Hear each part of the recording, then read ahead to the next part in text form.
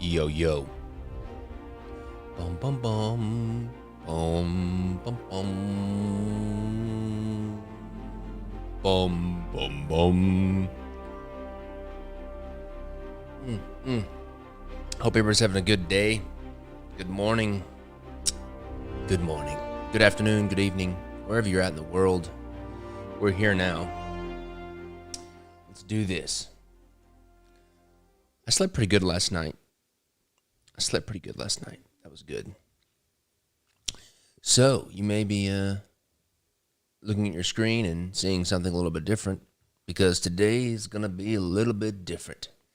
Today, we are going to stroll down memory lane, and most of the day will be me cleaning up all of my early Bush League mistakes that I made on the reserve note deck. So today what we're going to do is here's the thing. Let me go on a little soapbox for just a little bit here. Let me come back here so y'all can see my pretty face. One of the hardest things with the subscription is literally just keeping the train rolling. And you guys are my peeps, so I can let you guys know all of my struggles and pains because it's real life and all that kind of stuff. But one of the hardest things to do with the subscription is just keeping the train rolling and being able to keep all of the balls that are being juggled with production and timing, and also being able to be flexible when production stuff happens, because it always happens. Excuse me. And it's been really weird this past year because it's always just been a fight. It's always just been a fight to try to get as far ahead as you could, that we can, just to stay ahead of whatever might happen in terms of production. Because so far, knock on wood, up until this point, we've only been, I can't remember if we were late for the winter solstice or not. I can't remember last year. I can't remember what I did yesterday. But so far, we haven't been late for any subscription decks, or we were late for maybe one subscription deck last year. And I think considering all the junk that happened with the COVID-19 and all that kind of stuff, I think that's pretty good. And I'm pretty proud of that and excited about that. But that doesn't mean it's not easy.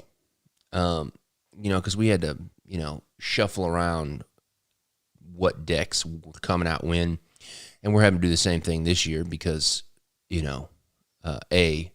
there is the multiplication of the fact that production is taking a lot longer with the United States Playing Card Company, with Expert Playing Card Company. And not only is production taking longer, I'm trying to get ahead, but it's funny that I feel like I'm pretty far ahead this year. And I remember last year, and especially the year before that, I mean, it was just like run and gun, trying to keep it. I was just trying to keep going every time. And we spent so much money last year on shipping stuff by air because we were trying to get stuff by the wire to be able to ship during the month. Just to give you an idea, are you guys even there? I don't know if you guys are even there. I see you guys chatting. But to give you an idea, it it costs, let's say, to ship 1,500 decks, okay? To ship 1,500 decks, which at least last year, which is about as many decks as we would need every month to, we would need about 1,500 decks every month to, fulfill the subscription orders. And to give you comparison of cost of shipping, it cost about $3,000 to air freight about 1,500 decks. And in comparison, it cost about $2,000 to sea freight 10,000 decks. So, and we were having to air freight 1,500 decks every month just to be able to fulfill the subscription orders on time and keep that kind of perfect record. But it cost a fortune to do that. And going into this year, I was like, man, we can't keep doing this as a business and not even like make money, because yes, I want to make some money because it's what I do for a living and it's my business. But it's like, even just like, we can't keep doing this and just get a wash, like, because it was just, even just the shipping costs were just racking up. And and you know how people are. People get mad, and that's totally understandable. I'm not going to sit here and whine about people getting mad about late decks, but we haven't really had that many late decks. So all that stuff to say, but at the same time, I think it's just like anything. You just have to figure out a way to you have to figure out a way to make it work, and you got to figure out how to solve it. And I think we're doing a good job of it this year. We've had to, switch around which decks are being shipped out when, just based on what we have. And we're having to do that this year. But at the same time, I think we're making a lot better decisions in terms of like, expenditures in terms of like shipping costs and stuff like that. And I would rather much do that than, go under as a company. But we were never really in threat of going under at all. It was just tough coming up with all these different things, all these different solutions to make everything work. So whatever, I don't know why I started talking about that, but what we're going to do today, well, I remember why I was talking about that, is one of the things that we're going to do right now. One of the issues that I'm trying to figure out right now is, so this month is the gold certificate. This month's subscription deck is the gold certificate deck and the table players deck. Next month is the silver certificate deck, and we don't have a table players deck next month because it's every other month. What I'm trying to figure out now is, let me show you this right here.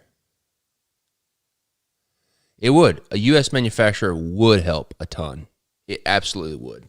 But it's kind of one of those things of like, can I find a U.S. manufacturer that can, do what I want technically, and then also that is going to produce a quality deck of playing cards. Now here's the thing, and I'm just gonna be totally honest with you guys. When it comes to playing card, what people think of as playing card quality, I absolutely, I'm a playing card collector, I guess, maybe. I don't buy that many decks. But, however, I know what I feel like is quality playing cards in terms of stock, finish, feel, that kind of thing. Now, granted, in no way, shape, or form am I a cardist, a card mechanic, and stuff like that. Excuse me. But I know what I like and what I want to see in playing cards. And everybody's always up in arms about, USPC or MPC or EPCC, all this kind of stuff. The way that I look at it, and this may hurt some people's feelings or whatever, I don't know. But the way I look at it is I am a data, I don't want to sound like I'm a data-driven person because I own a business, right? And we, I know what I like, and what I want people, I ultimately want people to collect my playing cards. I don't want them to collect anybody else's playing cards. And I think there's a lot of great designers out there, and there's beautiful artwork out there. But at the heart of it, I'm an artist / businessman, and my goal is to get as many people to see my art and collect my art as possible. Because that's the nature of my business. And it's not that I don't want people to collect other playing cards, whatever. But, and we've had so many new customers come to our business and come to King's Wild Project in the past, 12 months, really, that know nothing about playing cards and know nothing about, they don't have preconceived ideas of what they want and stuff like that. And they don't have preconceived ideas of what just this hive mind of people are saying into their ear about playing cards. And that's good. In a lot of ways, that's good because I can introduce people to playing cards from the standpoint of King's Wild Project and nothing else. And one second.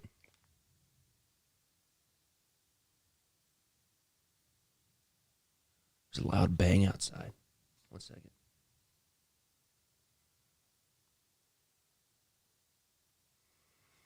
I don't know what that was.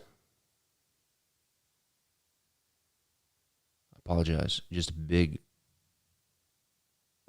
rumble bang or something outside. I'm going to keep this ear open just in case. Because I hear gunshots and stuff where I live because we live out in the country. But that was like a big rumble. Almost like a thunder or something. But I don't think it's raining. Is it raining? I don't know. But anyways, what was I saying? And so from my standpoint,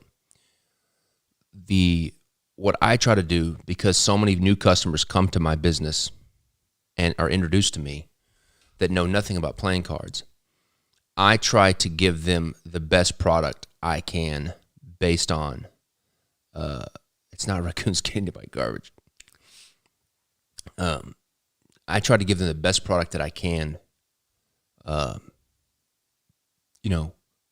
at the same time producing the deck that I want to produce. I really don't know what I'm talking about anymore. Oh yeah, I'm just talking about just being able to make a subscription every month.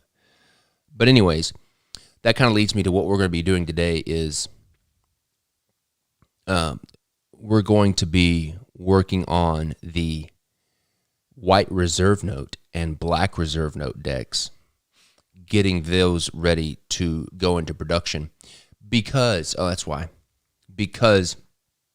this month is gold certificate, next month is silver certificate. May is hopefully, May is Wizard of Oz. And I just got, let me see here. I'll show you guys a little something. See.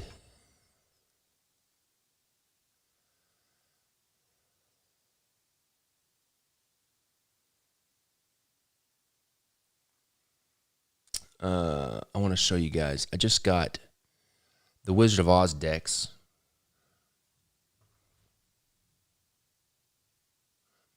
It may be thundering outside. The new Wizard of Oz decks were on press a couple of days ago. I don't know what's going on.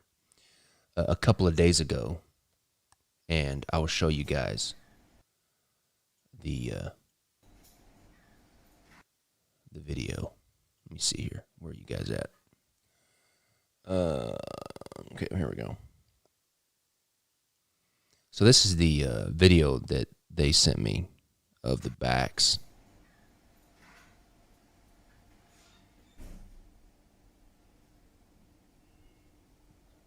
With the gold foil.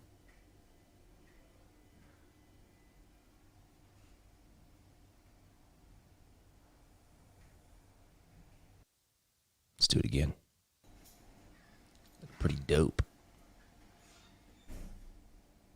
I can explain what a web press is in just a second.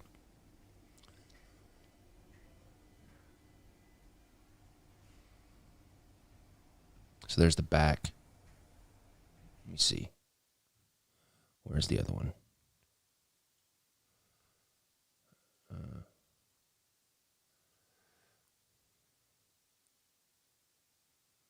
And here is a shot of just a close-up of the back. Because one of the things that's been the biggest, one of the biggest hurdles with the way we're doing foil is just keeping everything nice and bright. You know, so this is the excuse me. All right, there we go. So that was I'm pretty stoked about that because they look really good. So the web press. So if you print less than 5,000 decks or whatever, I'm not really sure what the exact number is. And this is not just with the United States Playing Card Company. I mean, a web press is a web press no matter who it is. Basically, there's a sheet-fed press. Let's see. There's two types of printing. I mean, there's a lot of types of printing. But the types of printing the United States Playing Card Company uses, there's two types. There's sheet-fed press, and then there's a web press. Sheet-fed press is basically is exactly what it sounds. They have uncut sheet-size pieces of paper, and those are in a big stack. And there is a long room-size printer that has X number of pylons that, you know what? I'm an artist. I can draw pictures. I will explain it to you by drawing a picture. Okay. And then we got to get to work. So, sheet-fed press. Imagine this. Let's see here. 1, 2, 3, 4.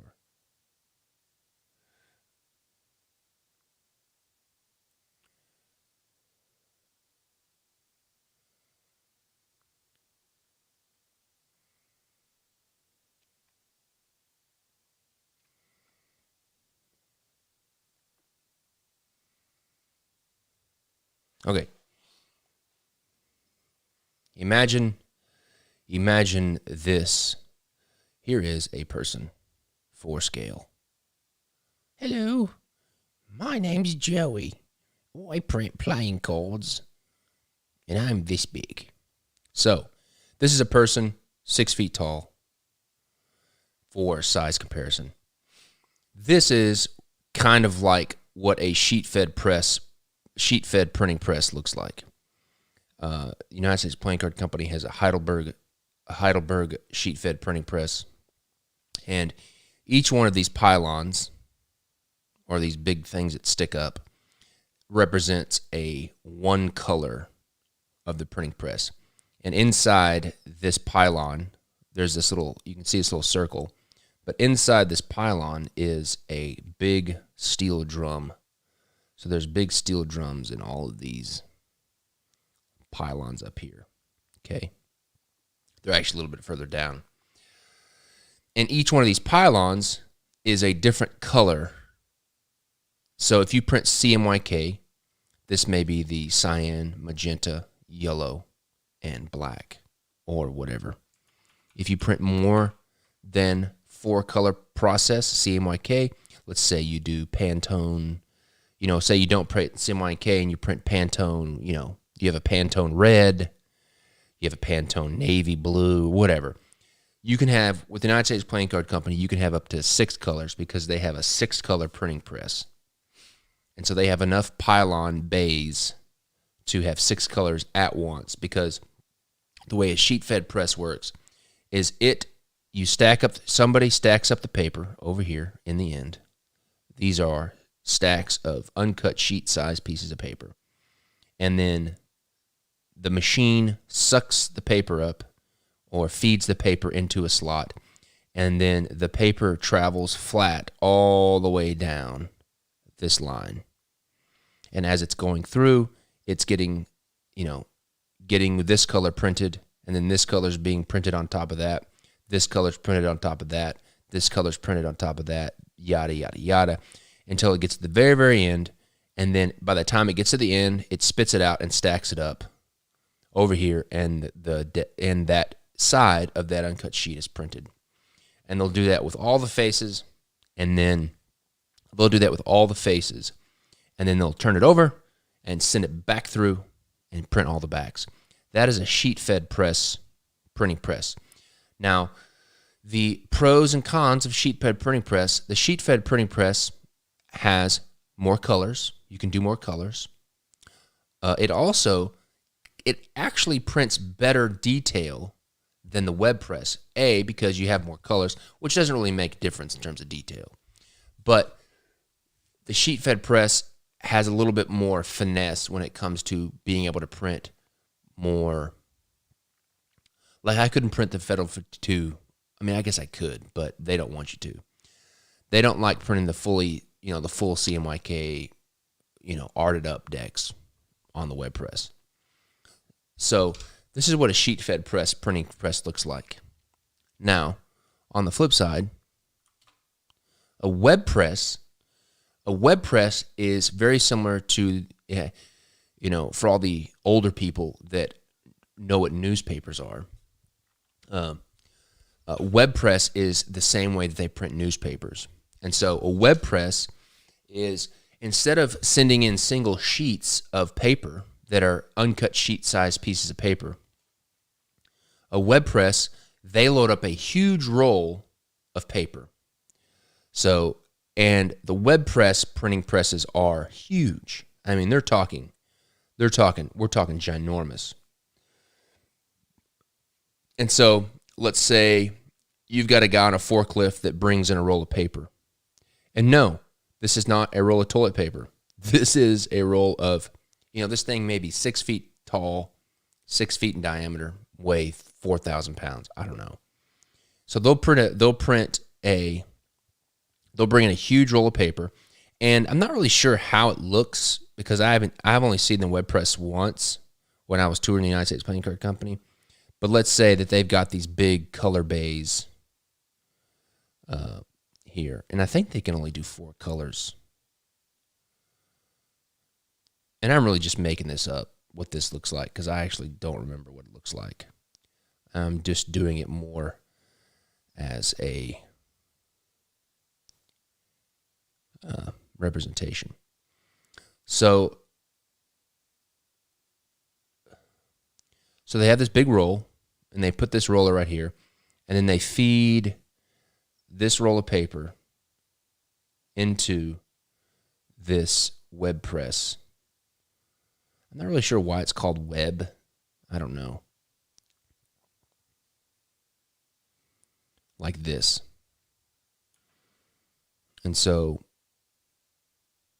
then the way the web press works is the paper goes up continuously on one sheet of long roll of paper, and it gets printed similar to the way the other one got printed with these big rolls and these color drums, but it's all continuous on one piece of paper. And then they'll send it through, and it goes really, really fast. It's like spinning really fast. And it's going through like a newspaper, getting printed, and it's getting printed all one side. And then they rewind it and take it back send it through again, and print the back design. So that's kind of the difference between web press and a sheet fed press. All right, I guess that was just me stalling. Okay, let's get to work. Okay, so what we're doing today is we're going to go ahead and I'm getting a little bit, I'm not nervous, but we're getting close to the kind of point at which we've got gold certificate this month, silver certificate next month, then Wizard of Oz in May, and then, June is whatever deck I get next. Oh yeah, it's 200 decks a minute. Yeah, you're right. The web press does. I think Nate's right. I think the web press does print both sides at one time. But anyways, I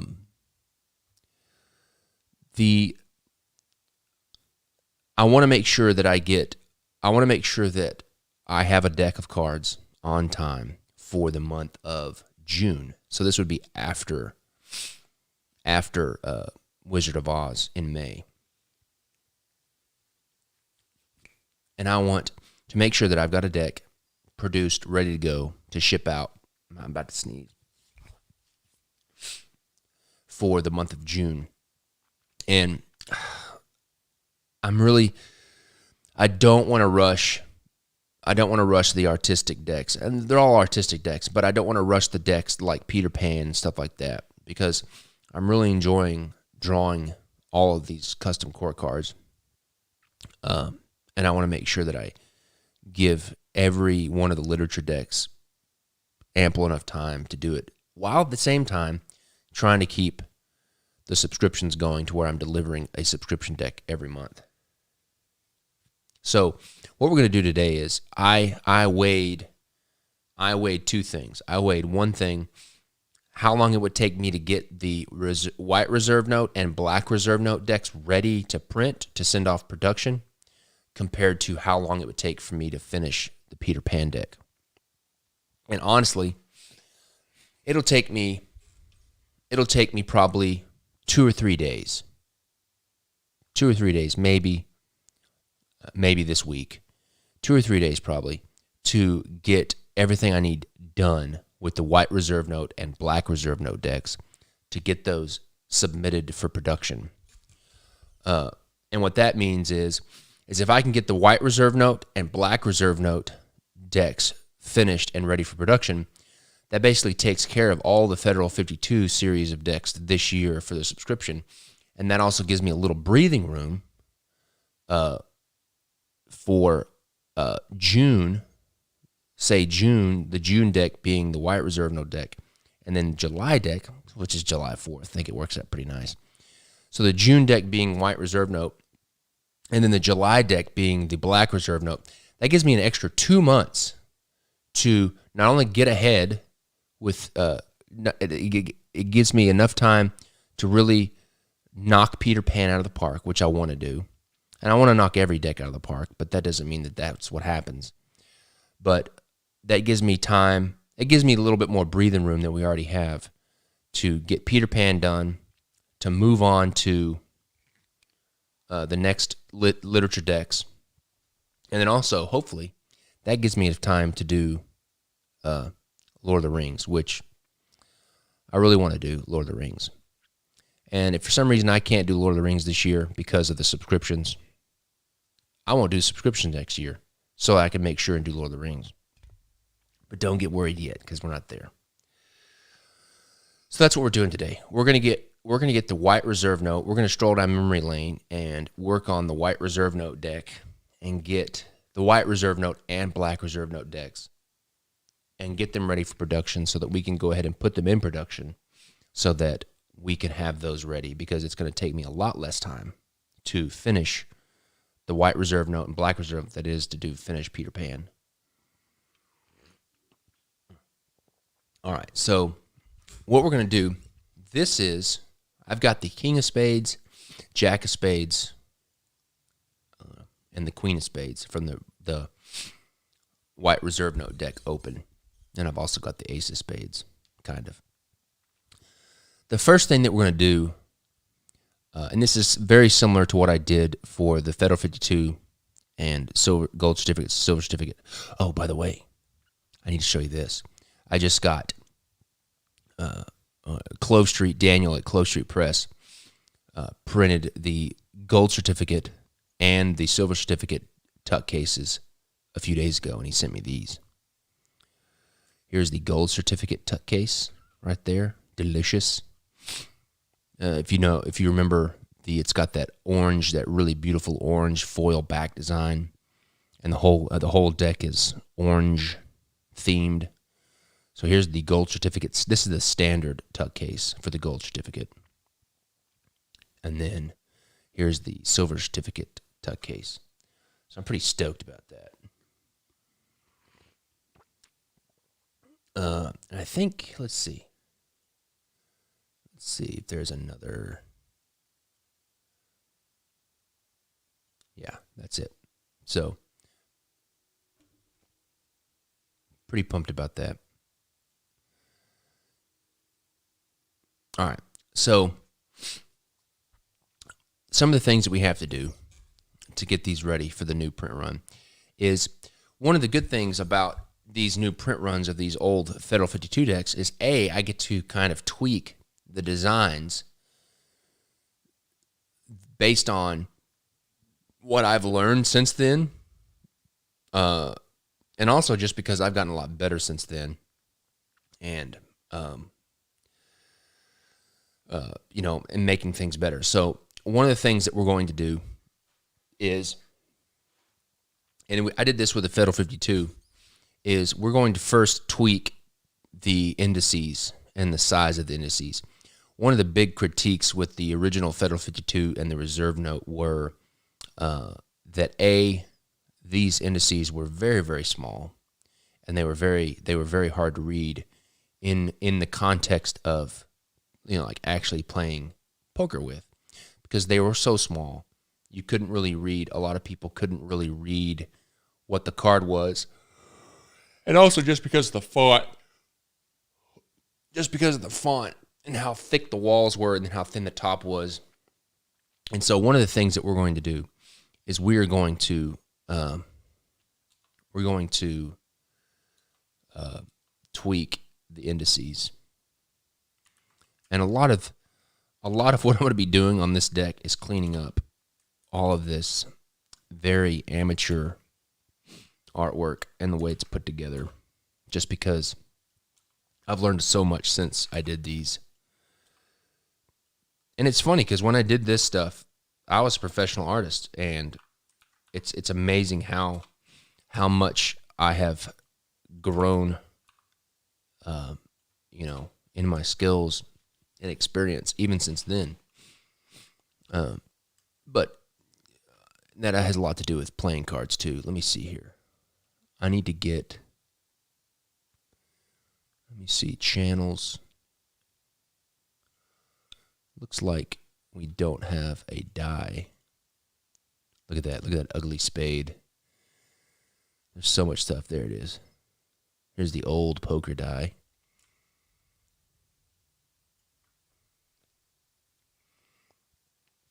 Okay.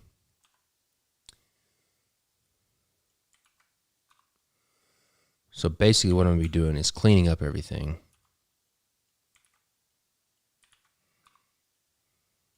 Get rid of that. So what I'm going to do is I'm going to open up the, let's see here, the playing card template. I'm just going to start a new master file just because it's a lot cleaner. I'm just going to go new playing card die. I'm not sure what the resolution is. So what I'm going to do is I want to get everything. I want to get rid of all the junk that's in here that I'm going to be changing. Like, one of the things I want to change is how I do these letters. I mean, such Bush League letter work here. We're going to redo that. So I'm going to get everything everything that's black on one layer. And I'm going to do that by kind of pulling everything off the background here. All right, that looks good. So I'm going to duplicate this. And the good news is, since we're working on this, I'm going to be able to put all of my Dons or the Light people's initials and numbers as the plate IDs and stuff for the reserve note. So little tidbit of goodness for you guys. So we'll put all of you's people's initials and such as the plate IDs. All right, let's see your Queen of Spades. Okay, we want to flatten this,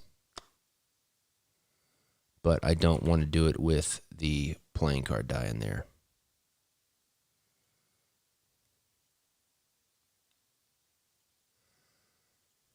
Nope. Okay. Let's turn this poker die off. Where is it at? Okay. Image, duplicate, merge.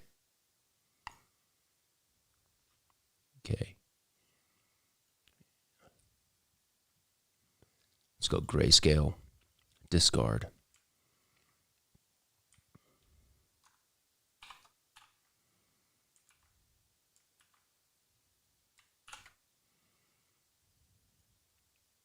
Okay, got that. Let's make a white background.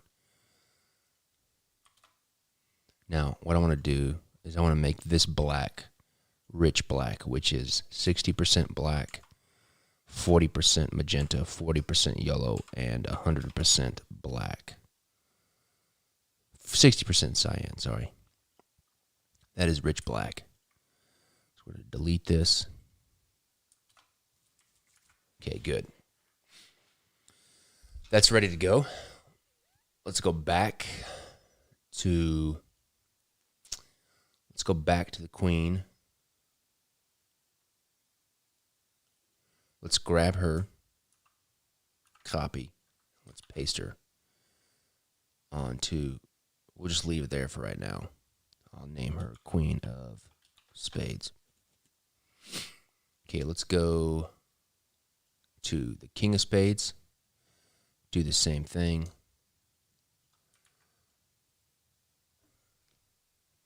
Let's get rid of the paper texture in the background. Let's get rid of the indices.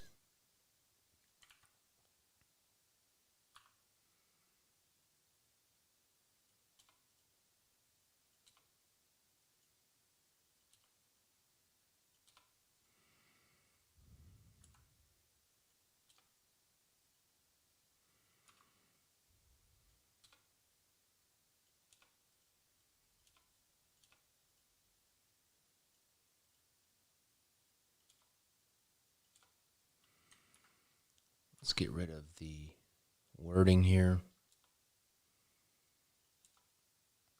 Let's get rid of the seals. Okay. Also, if you notice, it's too small to print, but each one of the core cards has like King of Spades, Queen of Spades. All right, looks good. Let's merge. Let's duplicate these. Let's go image, grayscale.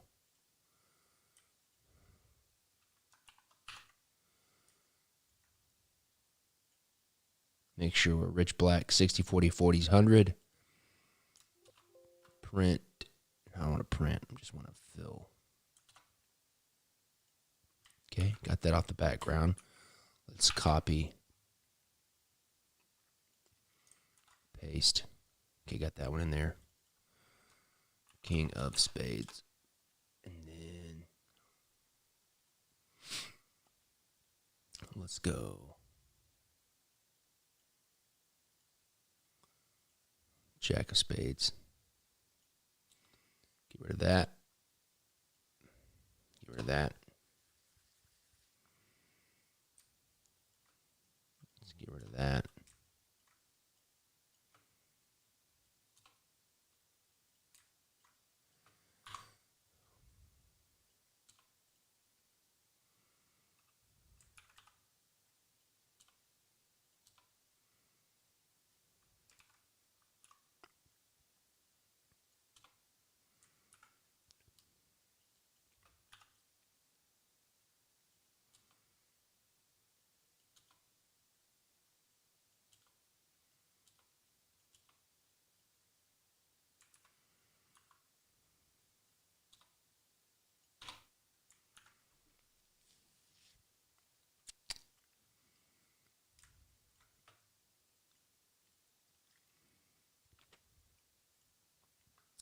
Turn some music on.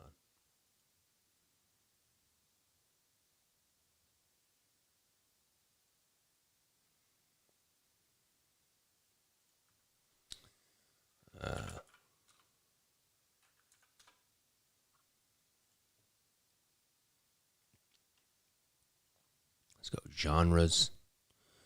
Let's try beats out. Sometimes we get good beats.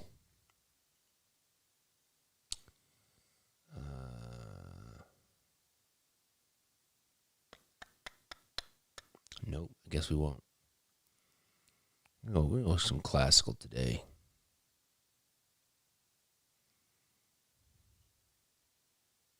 We're going to go. Let's go epic classical. Oh, yes. I don't want to hear piano the whole time. Let's go back. Let's do electronic ambient. All right, we'll just let that play for a bit. So let's get back to it. All right.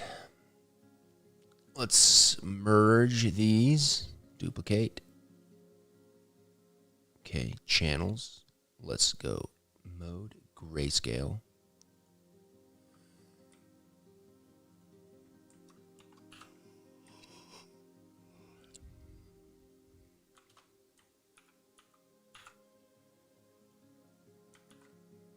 All right.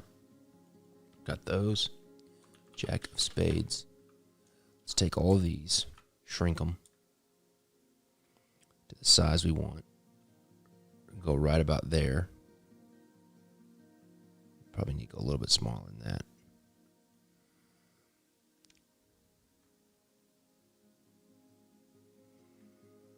Okay. Some jackknob artist put this thing that goes way above the border, way too close to the edge. I guess I could take that off. Well, that's pretty good. That leaves me enough room. I'm really going to have to squeeze in these new indices.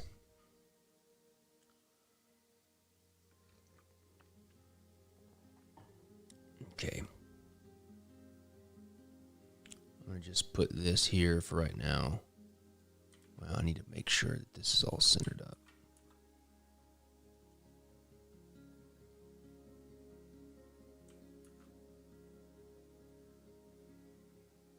Let's put a marker here.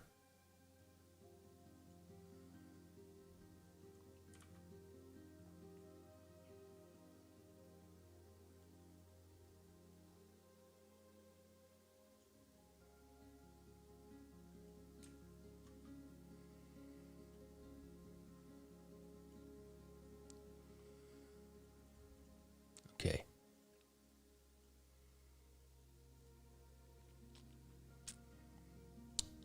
All right, I want to pick.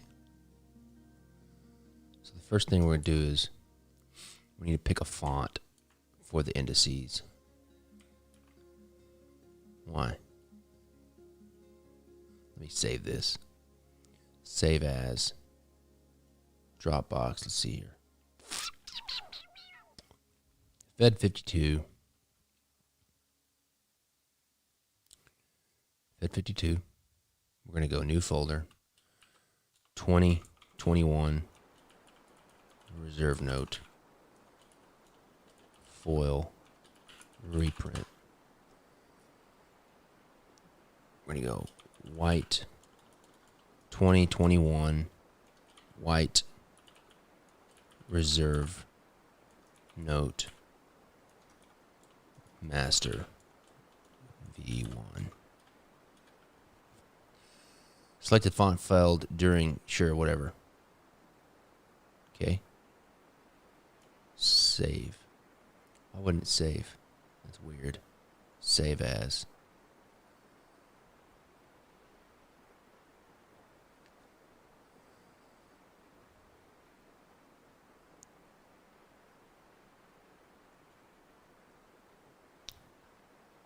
2021.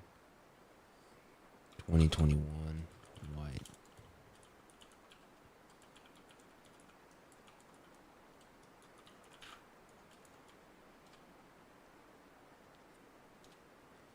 Okay. I don't know why. What are we doing? It's white noise. Okay. We got that. It's saved. We can start. All right. The first thing I want to do is we're going to pick us a font. I want to, let's see.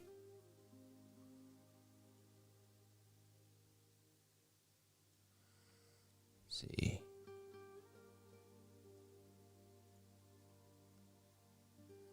Yeah, I got my computer programs fixed yesterday. It was really weird. I don't know what it was doing. The new illustrators have been kind of buggy. I mean, the new Adobe, like it just deleted. It tried to update Illustrator, and instead of updating it, just deleted it. All right, so what we're doing is we're going to pick us a font. What we're looking for is a very tall, skinny font.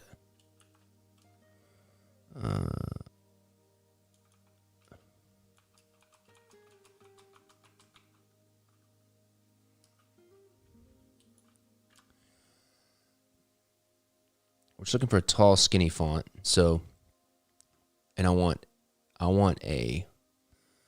like a serif. I want to try to go with a serif font. So we'll put serif in there.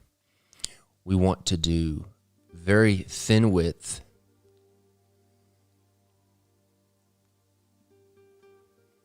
And that's a good place for us to start. The letters you got to watch out for, it's really just one. It's the Q. You got to watch out for the Q and how. So like this font here, do you see how the Q, the little, I don't know what that's called, but the little tail of the Q, how it goes straight down? That's good. Because fonts like, say, like these that go off the side, it just makes the Q really, really big. And it makes it hard to sometimes go. And this is nice. I like this Baltic. It's pretty nice.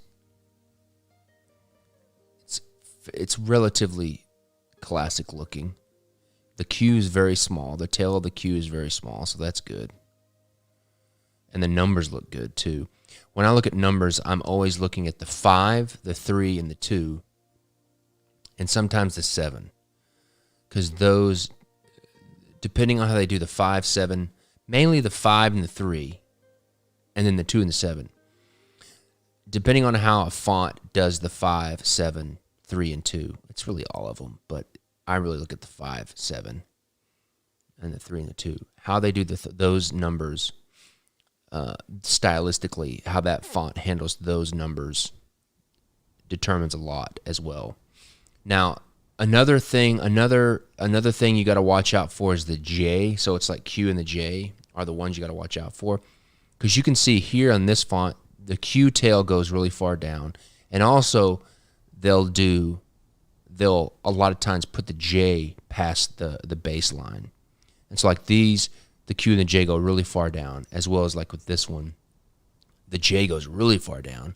But then if you look at this font, which I've used this font, Birch, a lot, if you look at the Q and the J, they're both pretty well contained. Now this font right here is really good, this Willow font. And let's view this family here. The reason why I like this is the only thing that I can see with it might be that it might be too skinny. But I really like it because it's very classic looking. The J and the Q are pretty maintained within the bounds of the box. But it's very, very thin. But I kind of need a really thin font to be able to squeeze it in the area that I need it to. So I'm going to go ahead and activate this font. Oh, I got to sign in. I don't know what my password is. Okay, whatever. Skip. Okay. All right, so I've activated that font, and then what I do is I come back over here. Oh.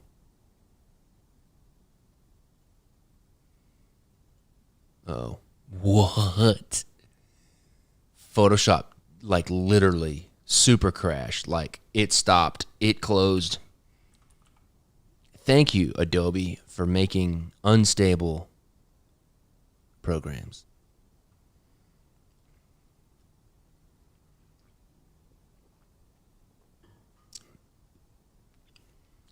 So what I'll do is once I find a font that I like, I'll come over to Photoshop, if it works, and I'll just put it in there. So annoying. And don't tell me, get a Mac. Ugh. That's what I think about that. Luckily, I had saved. Okay, let's go back.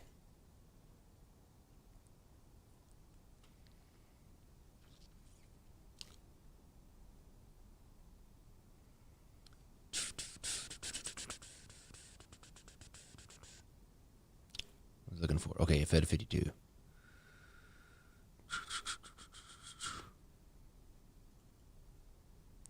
Fed 52, 2020, 21. All right. All right, so let's make a new font. We're going to go Willow. Okay.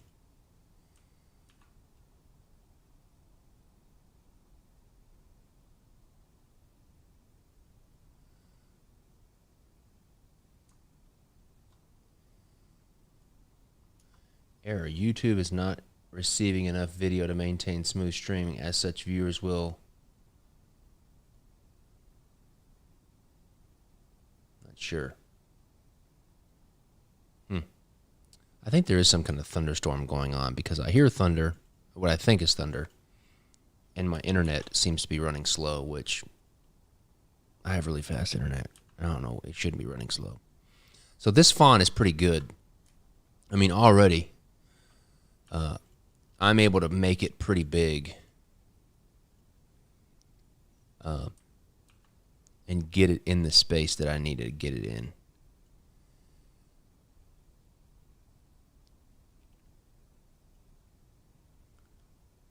Which is right about there.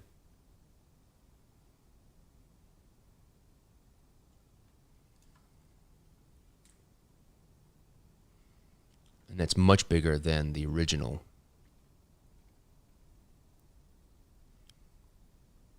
I'm going to add me a marker right there to the edge of that letter.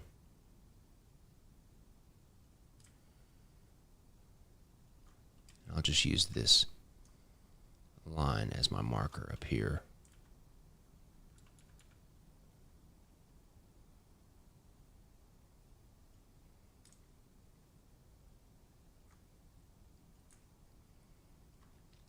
Okay. That feels pretty good. Let me save that.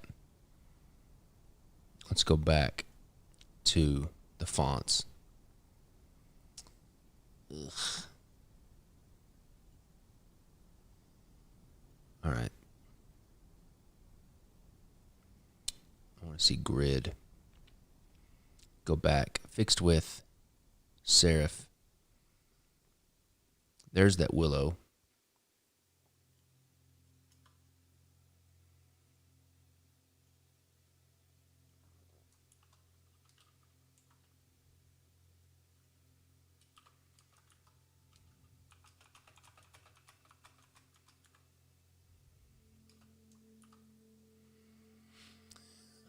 Okay, let's go to the next page. See what we got.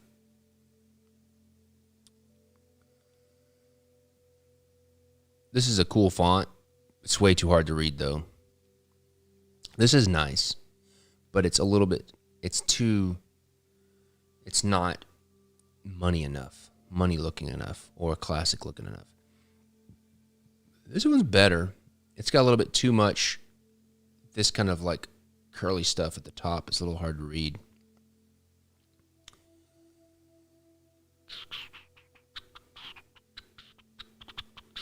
This one's really nice. This Rama slab, it's nice. It would make a great font for a deck because everything is really well contained, except it's not very money. It's not good for this. I really feel like that Willow is going to be where it's at. So let's do this. Let's take it and pull it over here.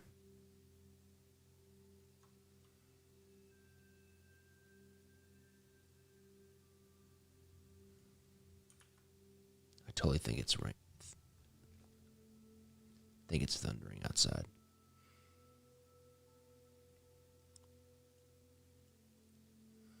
Let me delete this.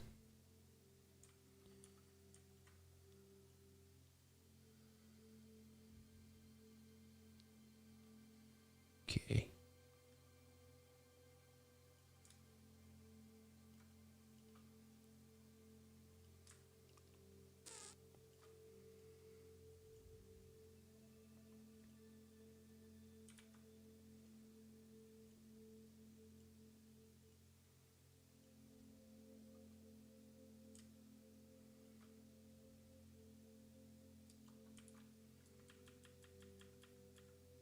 Okay.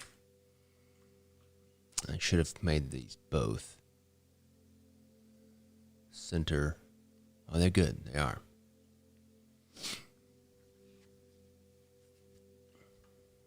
What I should do is make this one right justified. No, let's keep it. Let's keep it center justified. Okay. Got those four.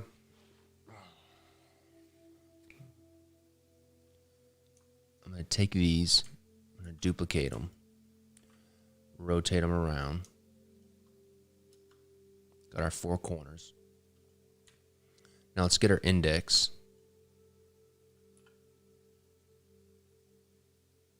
Our pip.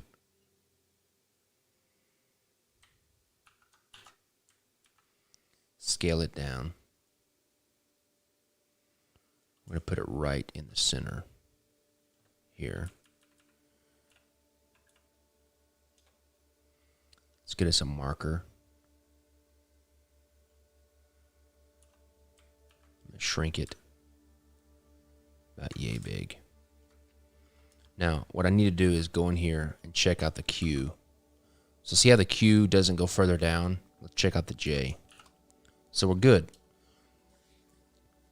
And what I was talking about the Q, so like if I were to put this index pip, this spade right here, this close, which I think I'm going to do, or I'll probably pull it down a little bit. But if you've got a font that the Q and the J goes really far down the baseline, and I'll show you an example. See like that Garamond goes way to the right. I mean, obviously it's too big, but see how this Q goes way down. That one goes way down. That one goes way everywhere. But you would have to... There's been so many times where I've been working on a deck and I've placed this pip right here too close, and I've been going down the road for hours and working, and then I get to the Q and the J and then realize it's too close and I have to fix everything. So we're going to probably go right about there. That feels good.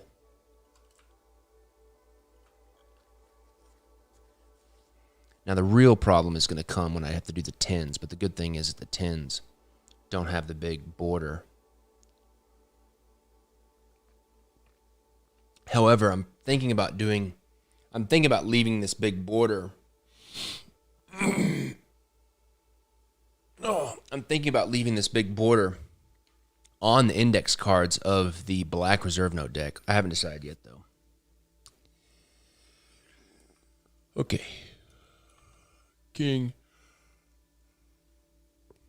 Now, let's take this spade pip, duplicate it, and flip it over.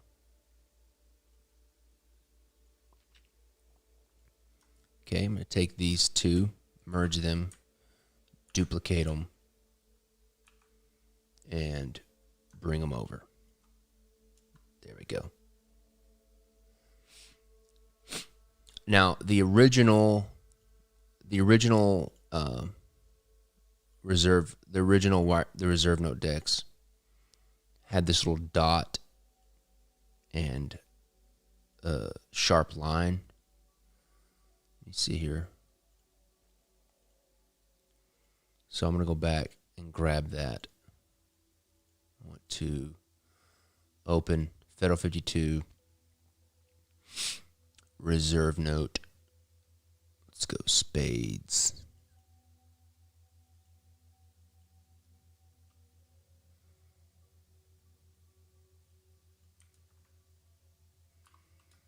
This thing right here.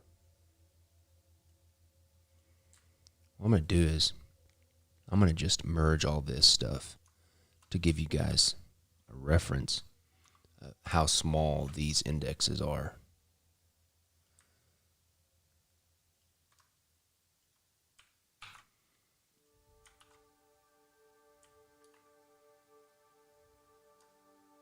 So you can just see the difference.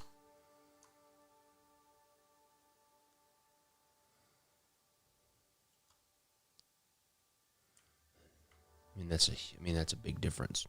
And also these letters are kind of hard to read, I think. Looking back.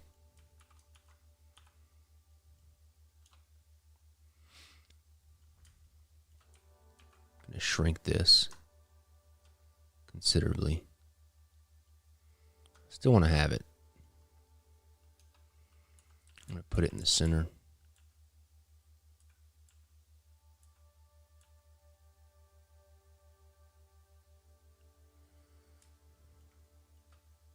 See, like this is what I'm talking about. Like this arrow's not even straight. Look how the tip doesn't meet up with the center line.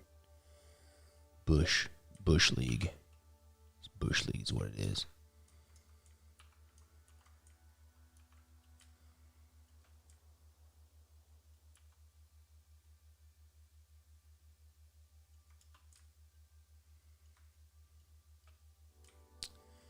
We're actually going to just redraw this and make it centered.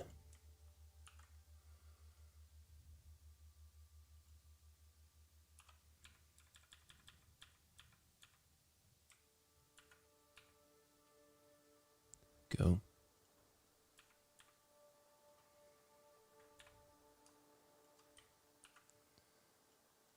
All right.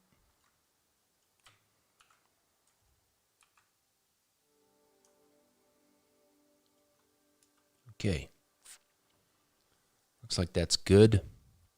What I want to do now is make sure that all of my stuff, I want to label it. This just make the whole process easier. Spade, suit, index. Make it blue.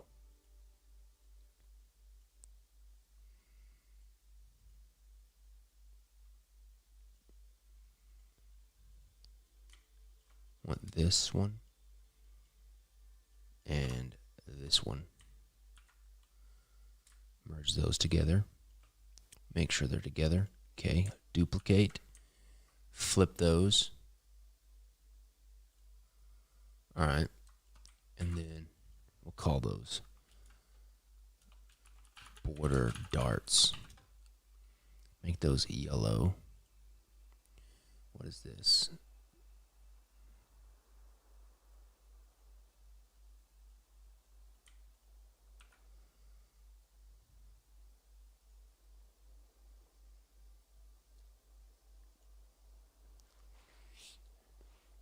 All right, we got that. We got our K. I'm going to put these in a group. What we're doing is we're setting up the organization for the whole thing to make the process of getting this ready faster. Okay. We got that. That's good to go. Now what we're going to do is we're going to duplicate. Let's see here. I'm going to duplicate all of this stuff and then merge it with this K, this King of Spades here. So now I should be able to check.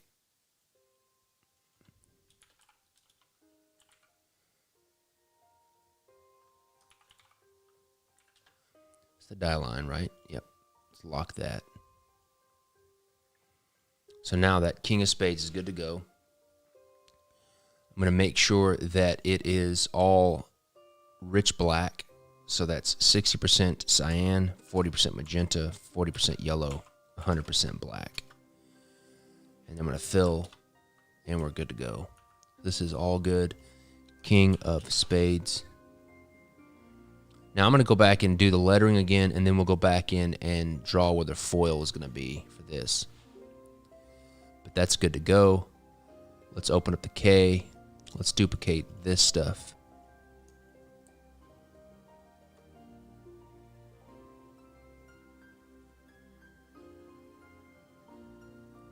Okay. Q. Q. Q. Q. Not QW. That's how mistakes are made. Q, Q, Q, Q. Looking good. Now what I can do is take this, merge Queen of Spades. Okay. Let's take the Jack. Let's take all this stuff, duplicate it. We're going to go Jack,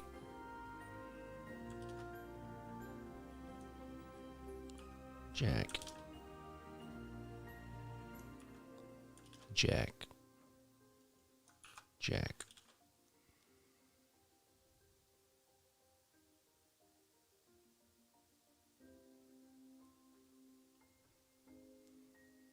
What I should have done is taking these,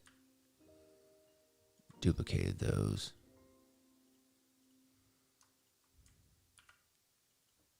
Jack of Spades. Okay. Let me do this while I'm thinking about it. Let's go ahead and make these once.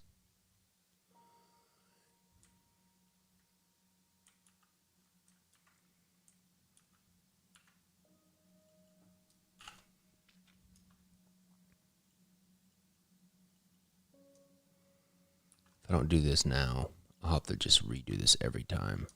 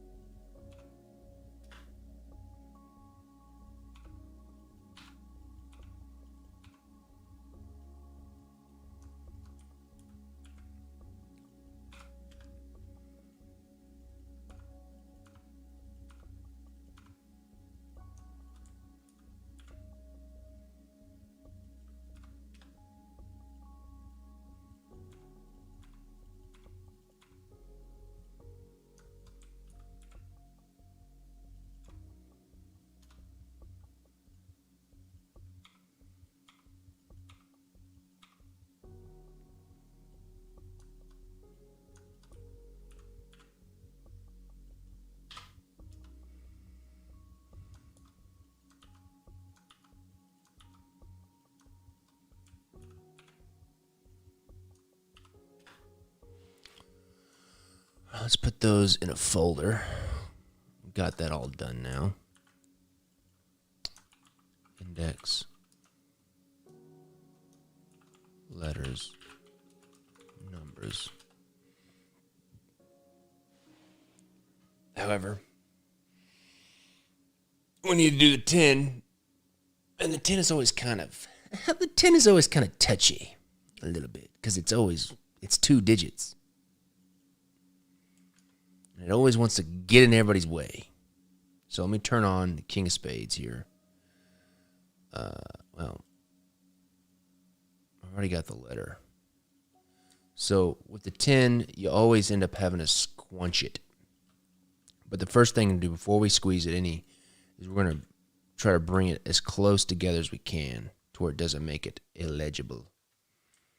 And then we're going to squeeze it ever so slightly like that, and bring it in just a little bit like that. We're going to break the line a little bit. So there is the 10. Let's delete these. Let's duplicate, flip, and then come back, flip it back.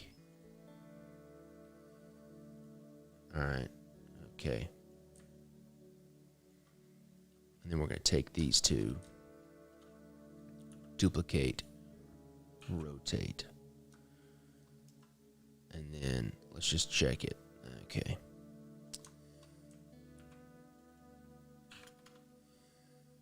Now we're going to put these right where it goes, right there. Let's rearrange the J. Good. Save. All right. Got the King of Spades, Queen of Spades, Jack of Spades. That's all good to go. All right, let's see how much trouble the hearts are going to be. Hearts. Jack. Let's find. What are these untitles? I don't know. Jack, Queen, Ace.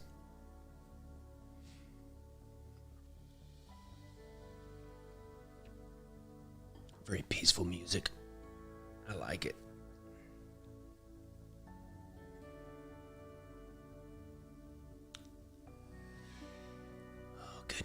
Goodness gracious.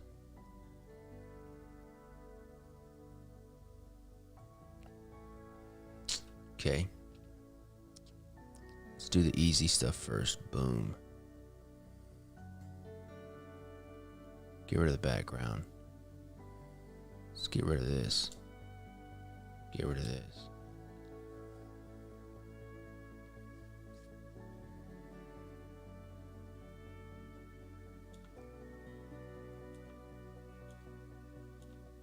What I'm trying to do up front is isolate the blacks, because that'll make my life a lot easier. And I'm all about making my life easier.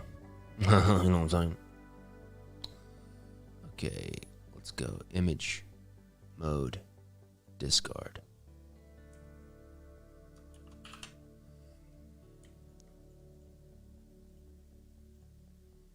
Okay, we're on rich black. Copy all. Just leave it right there for right now. Paste.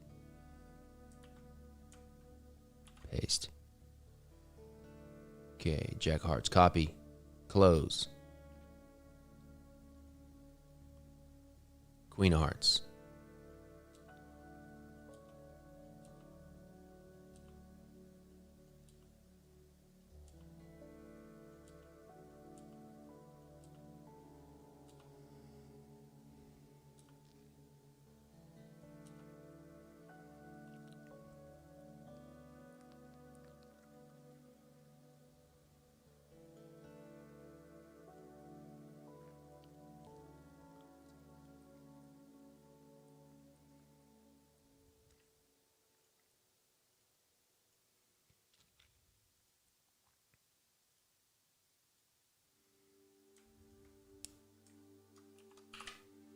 Should just make an action for that.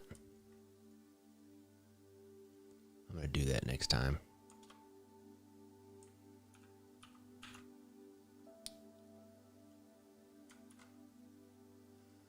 All right, let's make an action so we can automate doing this. All right, so we're on a file. We've already done that. Let's get out of here. Get.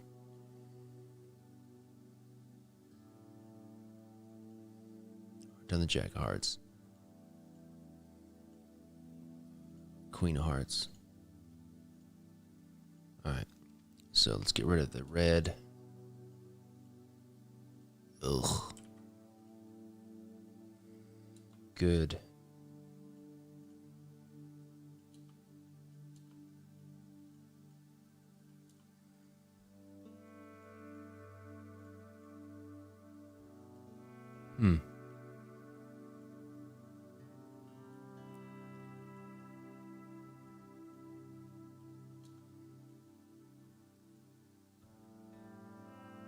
Interesting what's going on here.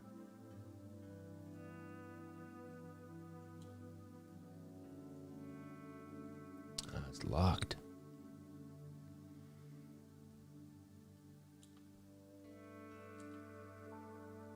Okay, image, duplicate. Okay, this is where I want to make a action. So what we're gonna do is we're gonna record a new action to make all this stuff automated. All right, we're gonna go new action.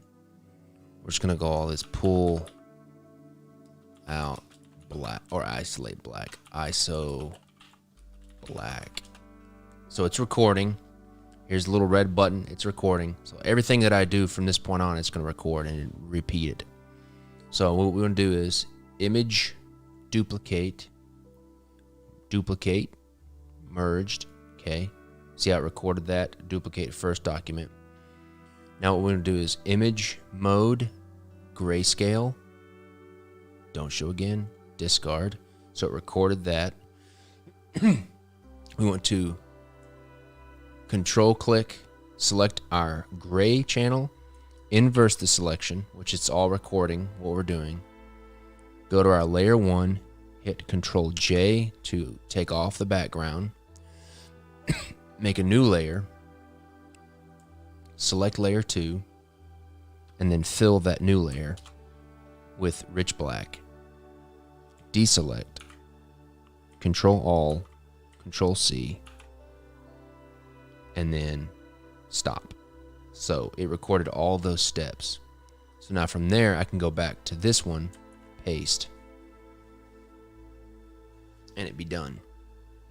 So now, to show you how that action script worked, I can go back to this file, and I can click on this ISO black, and it's going to perform all these actions at once. So I can hit play, and it's going to go really fast and do all those things at once. Boom. And it's copied, and it's ready for me to paste it right there. And it's done all those things that I was having to do one at a time.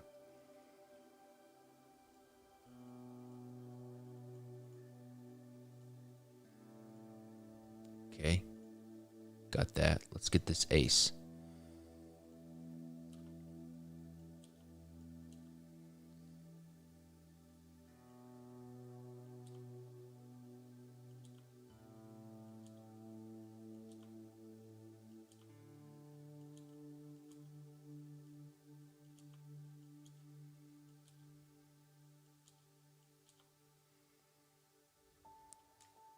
Look how blurry that is. What is this? Okay. Now I can get rid of the background. So now I'm set up to do the action script again. So now what I can do is go to my thing, hit play, and it's good to go. Now I can go back to this level, paste. Oh, goodness gracious. This is what I'm talking about. This is what I'm talking about, Bush League work. Notice how small, see how big these court cards are? Okay, you see how big these court cards are? That's how high res I did those. Now watch what happens when I paste. watch what happens when I paste this ace. Look how small that ace is. That's how low res that ace is. It's ridiculous. So basically, that's too low res. That's just my amateur hour stuff shining through here. So I'm basically going to have to rebuild that ace border at least.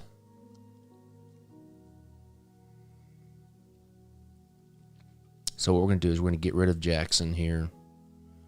Get out of here. Get out of here. Get out of here. Get out of here.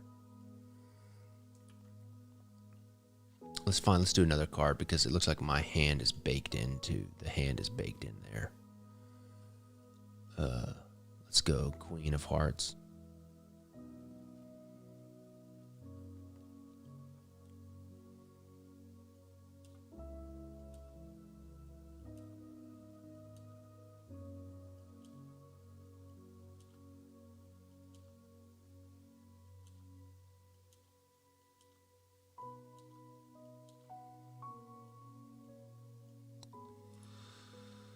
Okay. See how much trouble we're in here. Is this? Oh, good. It's a different layer. Good. Okay.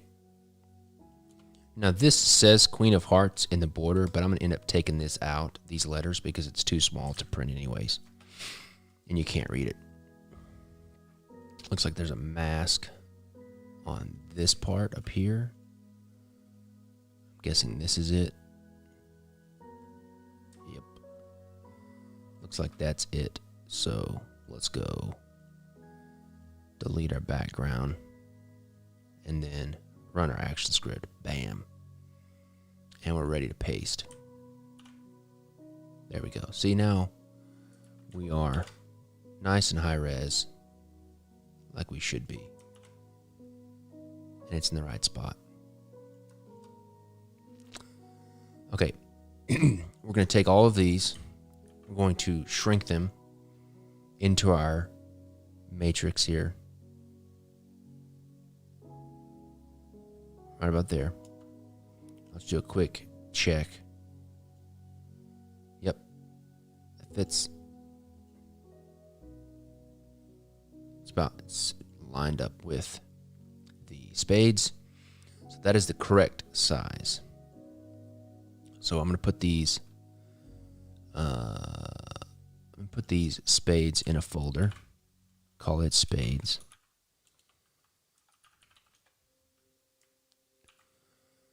Sorry if this is not exciting, but this is part of the deal. We got to do this. So we're going to put these hearts in the hearts folder.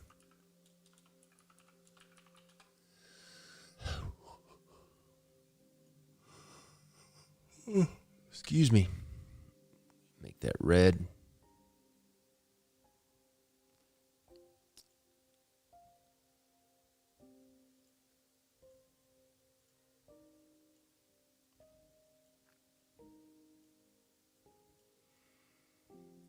So this is King of Hearts.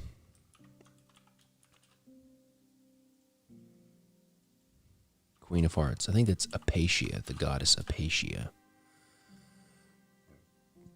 That's what I'm going to end up putting in the names right here. Instead of like the Rex Lubis, the Latin for king. I'm going to do like the actual people. Ace of Hearts.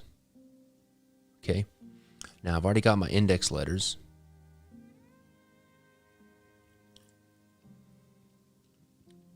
All right, I'm going to pick a good red. It's going to be our red for the entire deck. Feeling like that's going to be a good one right there.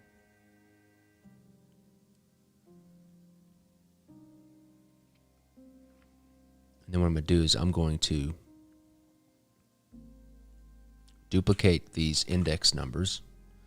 I'm going to make them red. And we'll call these black. Black index. And we'll call these red. And And then I'm going to open this folder up. I'm going to select all of these guys. I'm going to group select them, lock the pixels. I'm going to fill them with this new red color.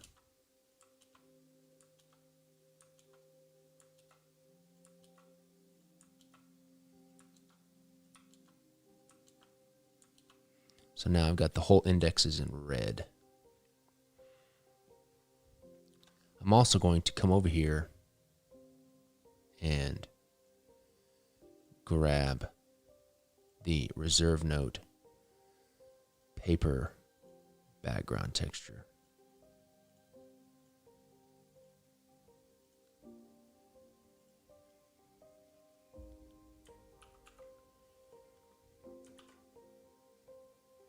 I'm going to get rid of this blemish here. Get rid of these blemishes.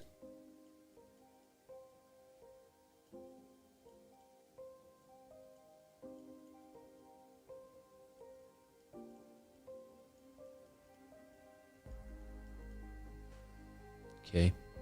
Call this background. Put that on the bottom.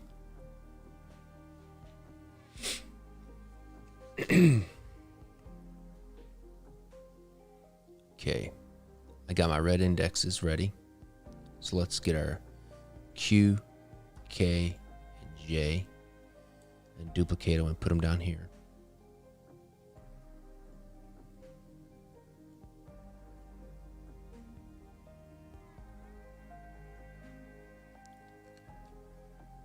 Make a group. Call that the King of Hearts. Here's our Q.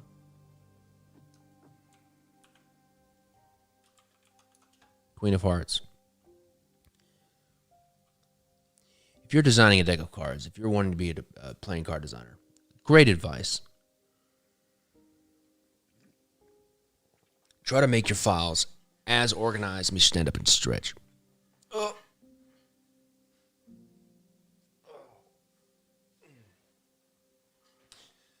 Try to make your files as organized as possible. Not for the ease of work while you're working on it, so that when you come back and you are wildly successful as a playing card designer, and I'm not saying that I am, I'm just saying when you're successful as a playing card designer and you want to come back and reprint them, that your life is much easier later.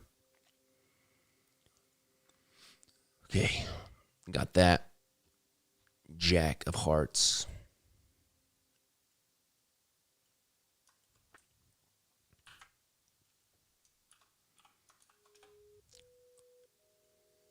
Ace.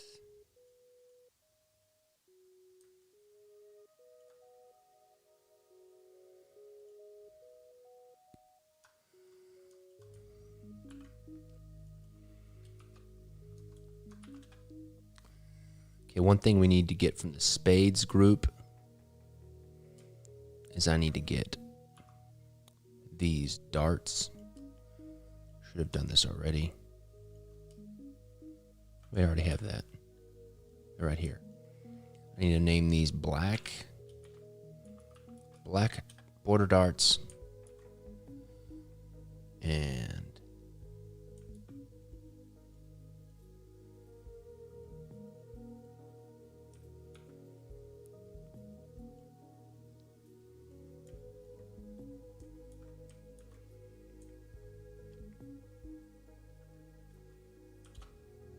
now we have red border darts.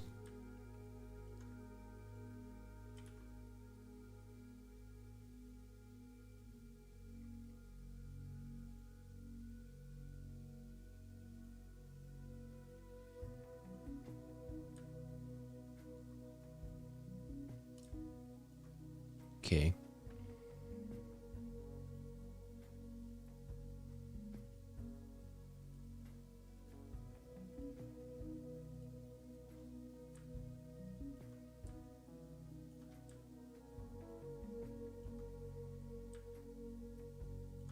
Okay, each one of those has the border darts. Now what I need to do is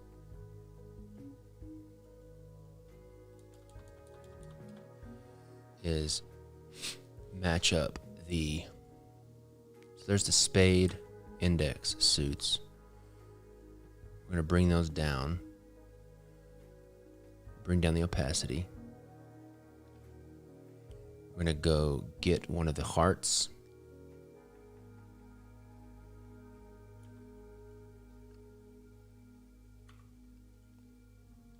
What?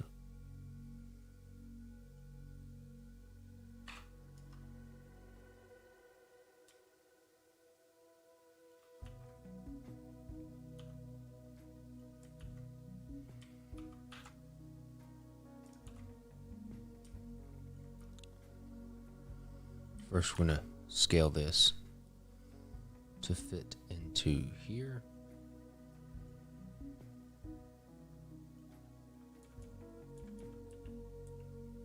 Center it up. And we're going to duplicate it and size it up with the spade index. Bring it to the marker and scale it down a little bit so it matches the width. And there we go. Can delete you. Let's take this heart suit index, flip it.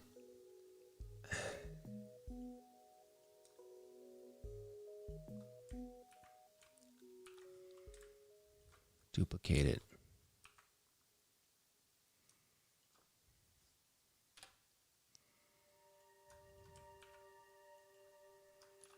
Heart suit index.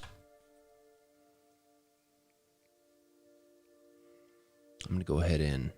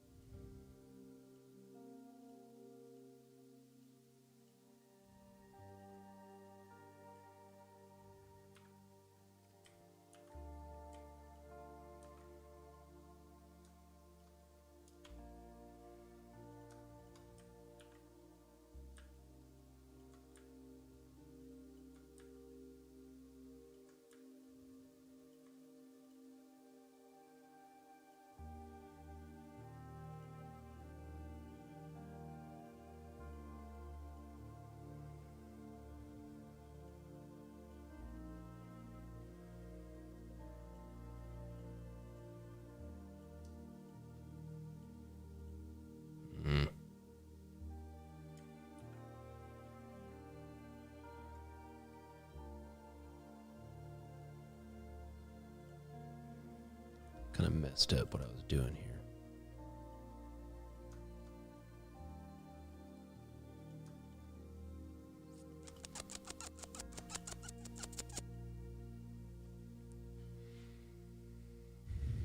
Let's see here.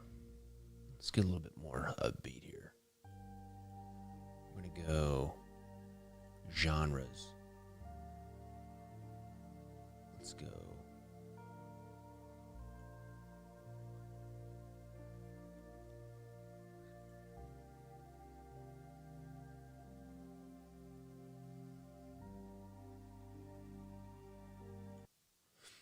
Okay.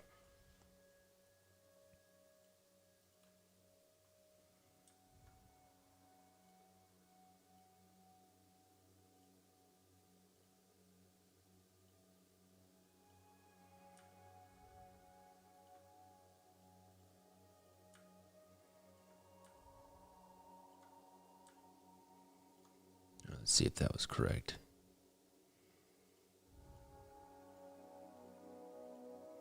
Okay, queen, jack, and ace. All right, good. Save.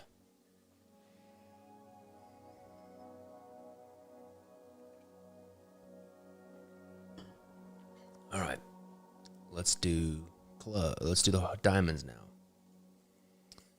We're making progress, peeps. We're making progress.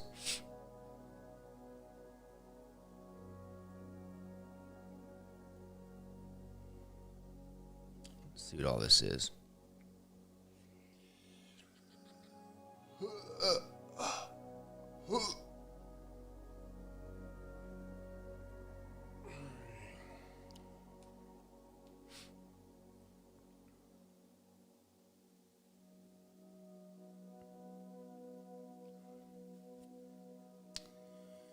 Okay. Let's get rid of that.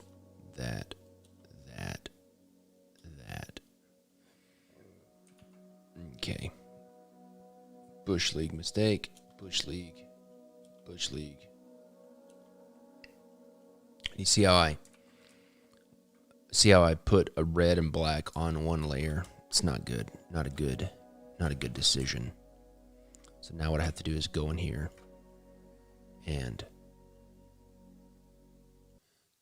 pull off this diamond.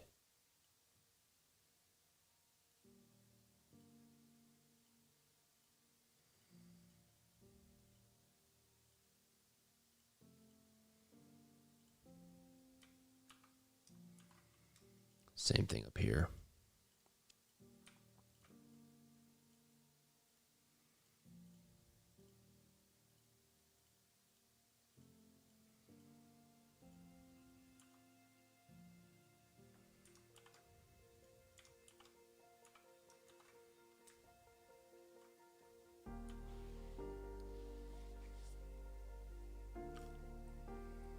All right, let's get rid of the background.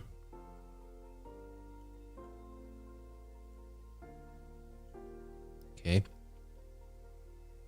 Now, I want to get these, merge them, send them to the top. Okay, now I'm ready to do my action script. So ISO black. Something happened. Let's see here. I wonder if it didn't like that I had a white background.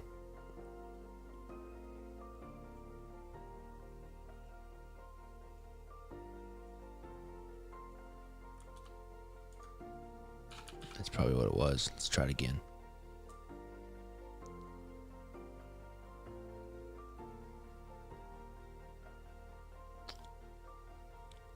Something didn't happen. Oh, I see. It's filling my foreground color, which is white. Let's do this again.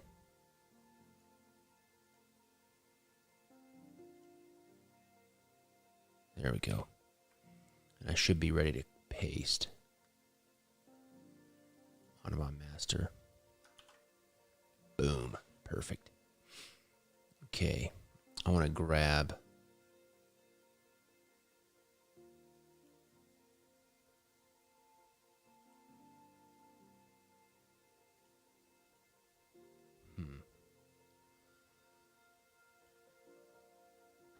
This was the original Queen of Diamonds that I did.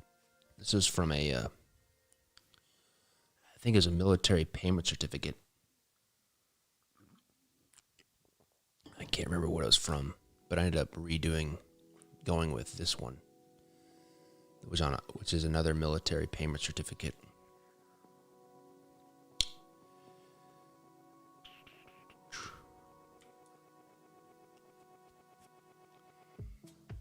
Old Hamilton here.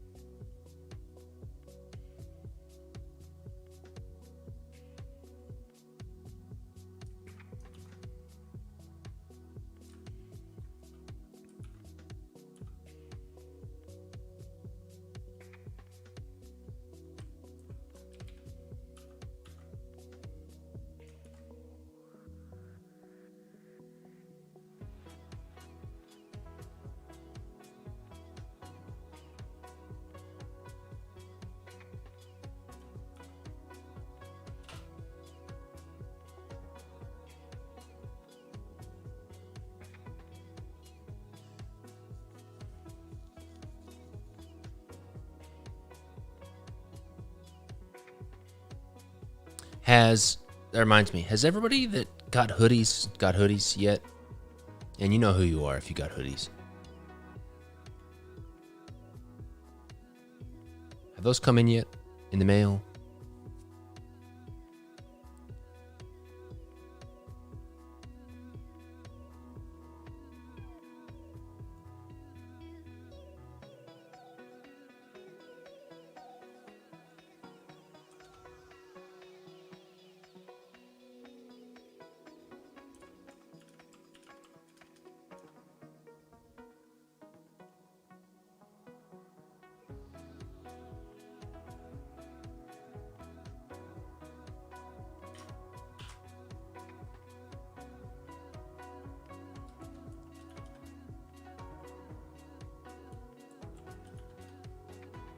What's up, Griffin?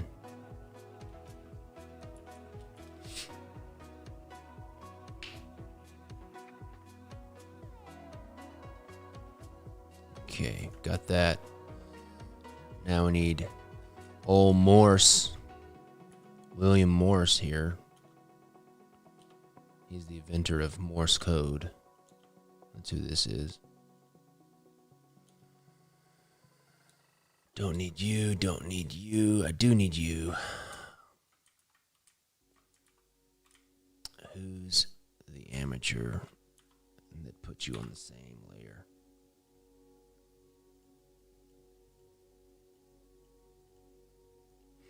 Okay, everybody. Be thinking about your plate ID, and I'll show you what that is.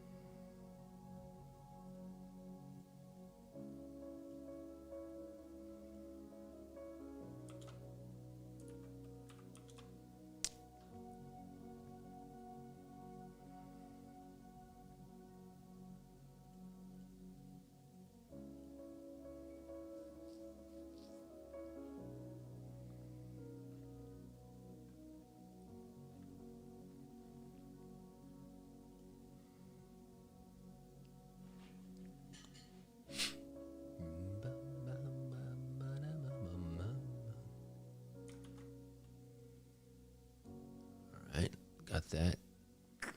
But my question is, where is the ace of diamonds? May have to rebuild that one as well. That's okay. Hopefully. Let's see if I can find it. Reserve note. Should be in here, but it's not. I guess we're going to have to rebuild it, which sucks, but that's okay.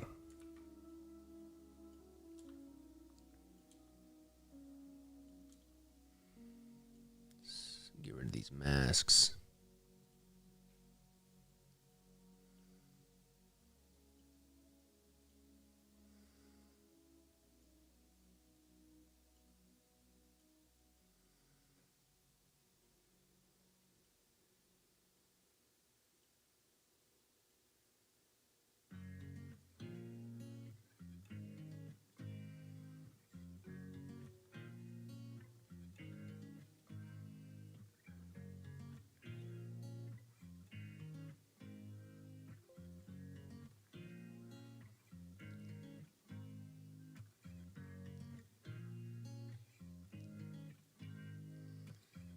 Where's this? Is that this right here? Okay. All right. I'm going to run my action script. Paste. All right, now we're going to shrink all these within our matrix here. About right there.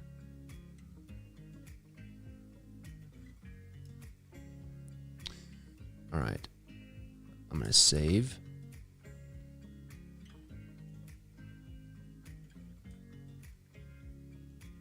Make sure each one gets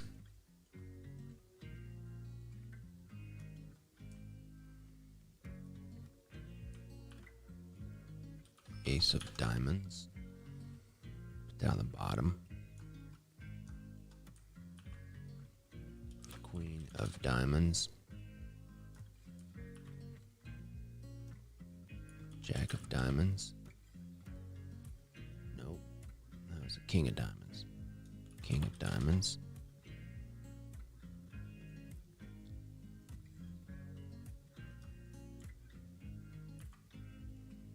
Jack of diamonds. Okay.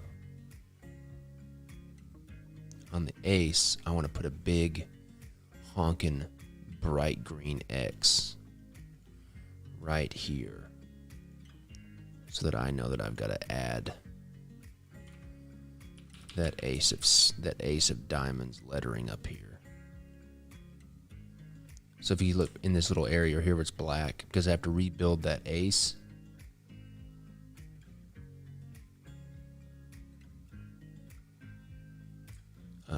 like here, if you look at the jack, it says jack of diamonds, queen of diamonds. This is big enough that you can read it, so I need to make sure I go back and do that. I'm just putting that big bright green X so I don't forget. Let's take these, duplicate them.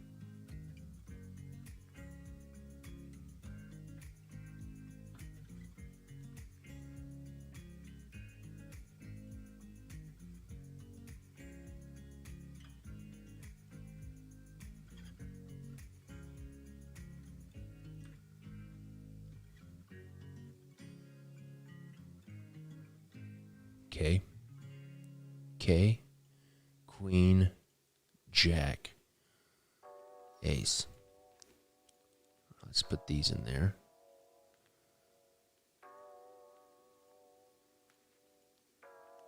Okay, now we need our darts. Queen, jack, ace. Let's check them. King, queen, jack, ace.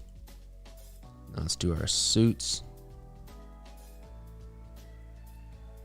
That's not the right one.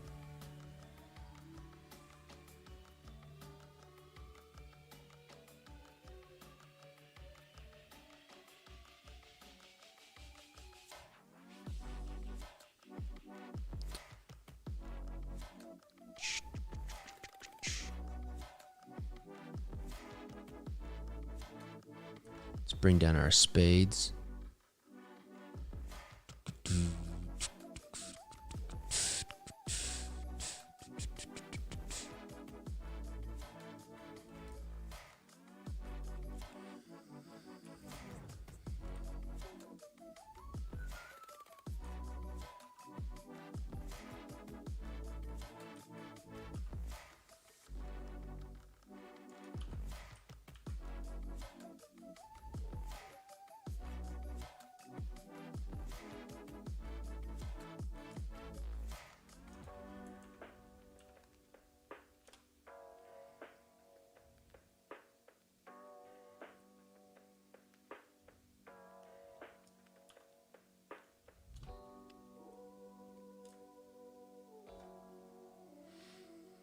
Okay, got that one. Let's duplicate it. Flip it.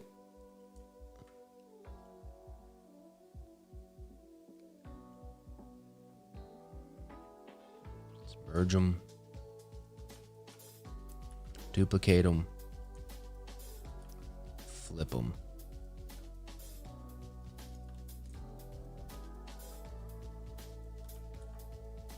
sure they're all there. Good. Let's give one to the king, the queen. Give one to the jack. Give one to the ace. So we should be good now. King, queen, jack, ace. Save.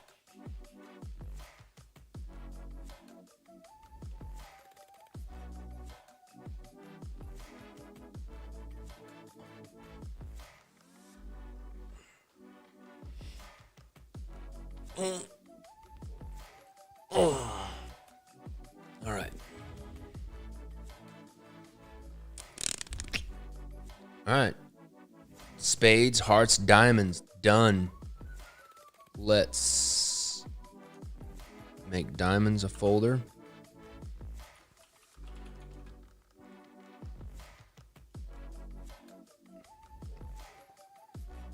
All right. Let's close these.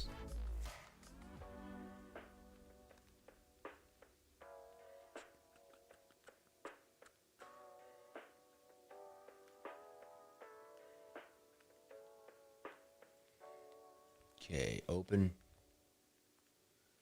Clubs. Jack, king, queen, ace.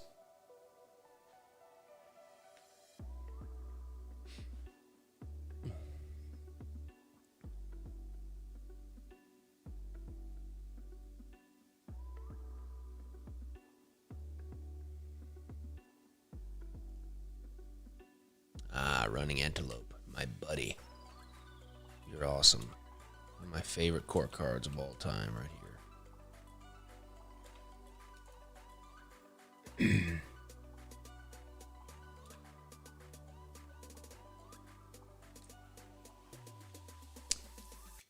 I don't like this club. I may not keep it.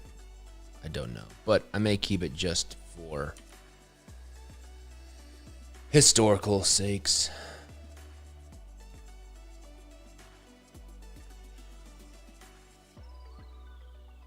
Oh.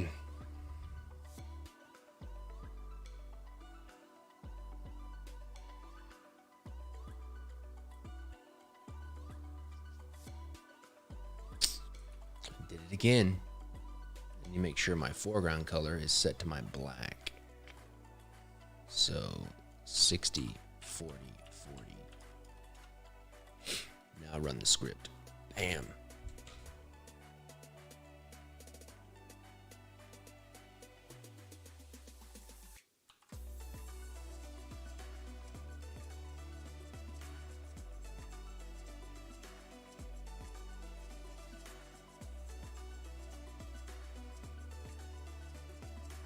Madison, how you doing, Brahim?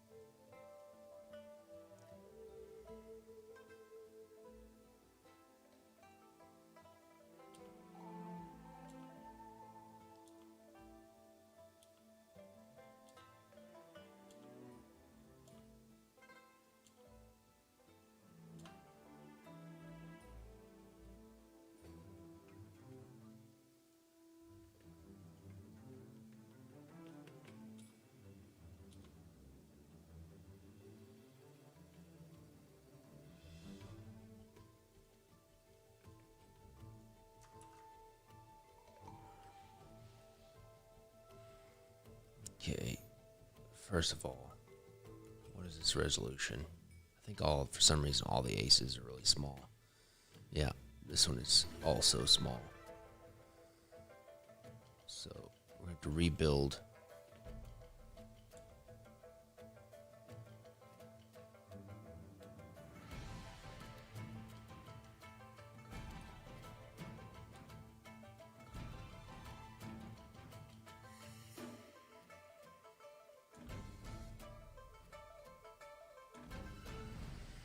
All right. What is this? Get rid of the mask. Okay, looks like that's it. Okay.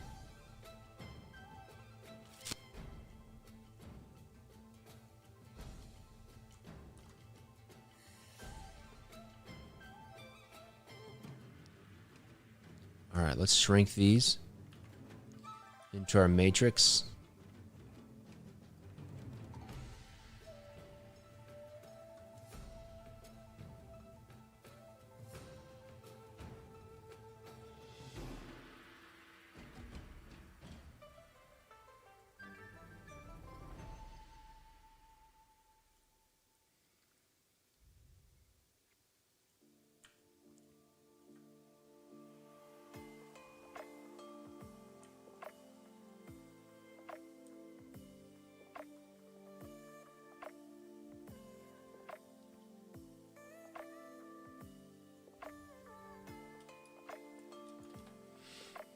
Okay, there's the king.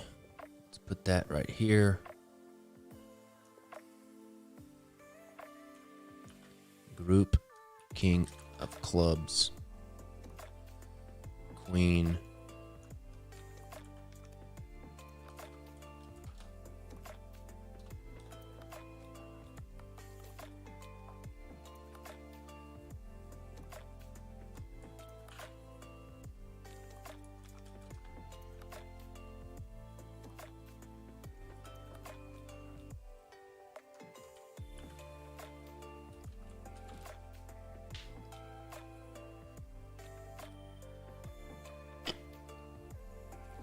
all right, let's get our darts.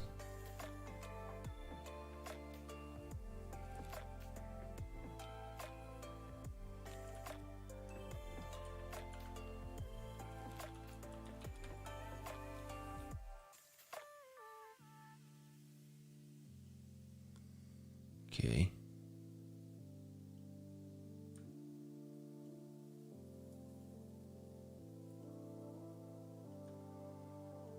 Okay, got that. Now we need our suit index. Let's bring this spade down here.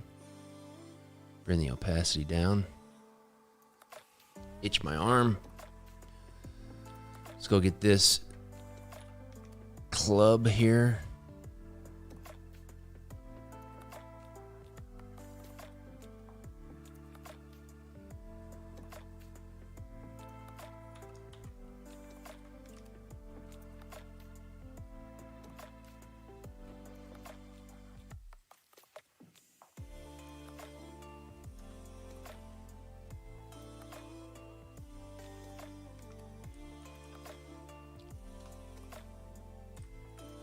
Okay, let's duplicate that.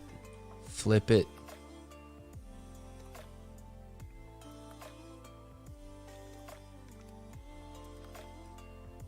Duplicate. Flip.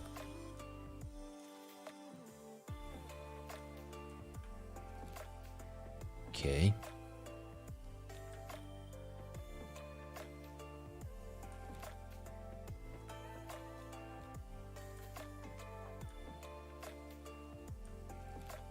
Awesome. I think we're good. King, queen, jack, ace. All right, let's save. Let's go back to the spades.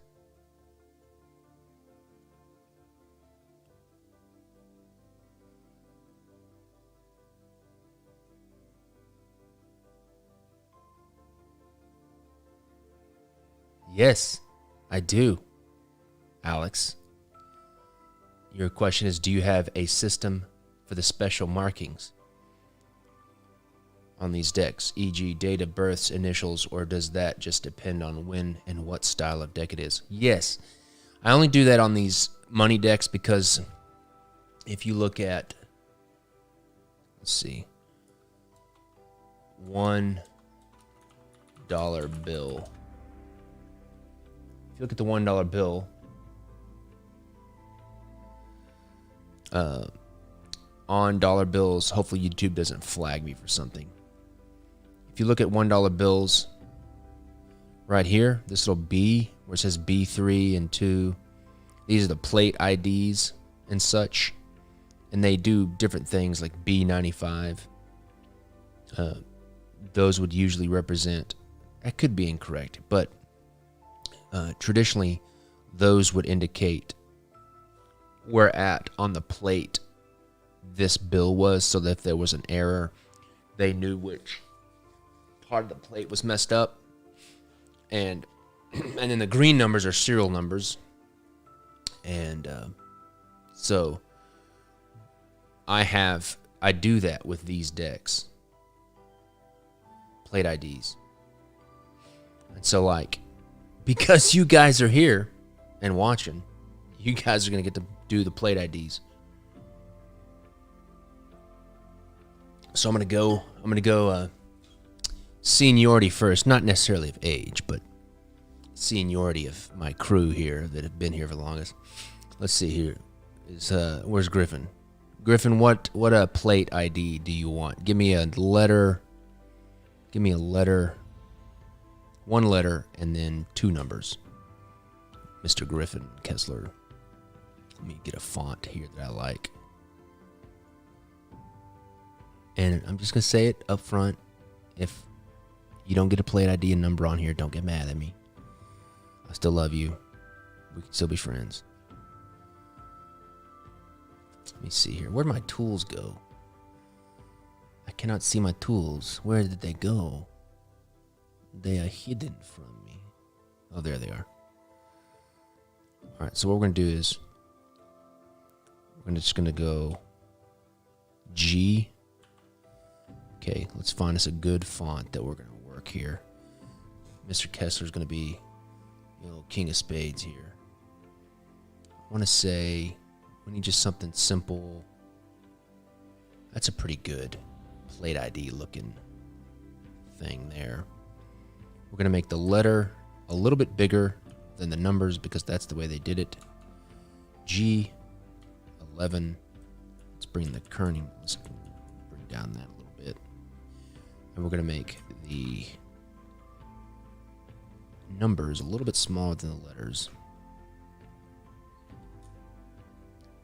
Okay, we're going to bring down the total size about that much. See how that is in terms of size. That looks pretty good. Now, I need to make sure. I need to open up. Let me see here. I need to make sure I put my seals in here.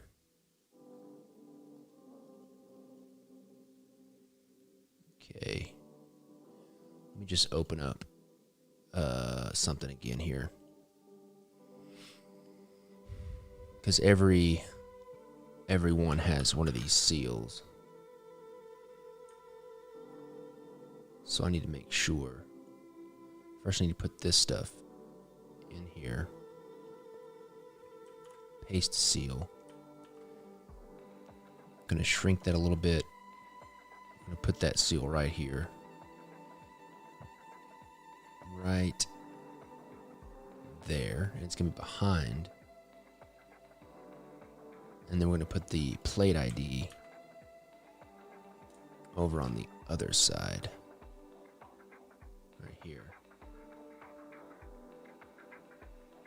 I would prefer it to be 1 letter and 2 numbers, if possible, because, I mean, we can do 1 letter and 1 number, but I want at least 1 letter and 1 number, just so it's historically similar to what it was.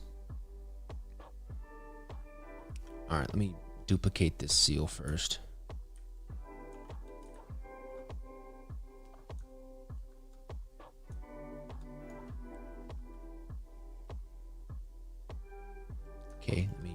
duplicate this plate ID.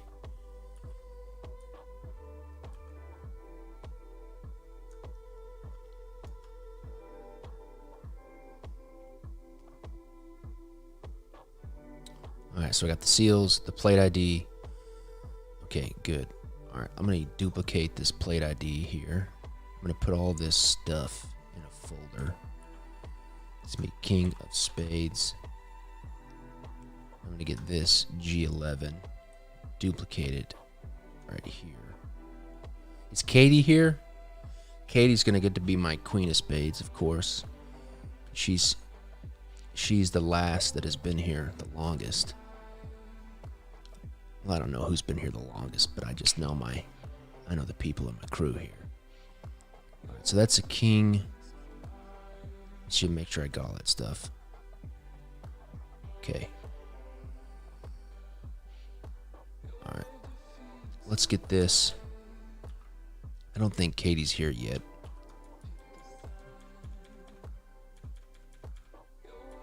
I'll go ahead and get this where it needs to go. I'm gonna go ahead K. I'm just gonna go XX for right now. And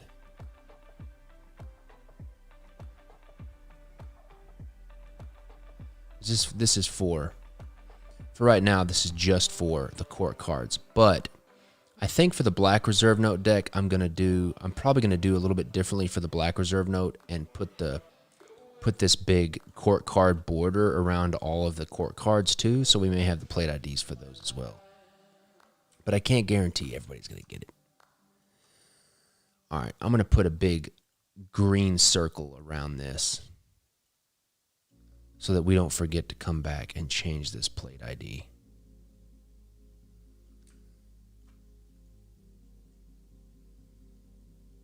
Okay. All right, there we go. Make sure we get Katie in there when we come back. Let me know if Katie drops in. Okay, Queen of Spades. All right, where's Nate Dog? And the G Child. Let's see here. Okay, let me get this. Let me duplicate this down here. All right, Nate. What's it going to be, Nate? Let's see. Let's get this. That's a good spot for that.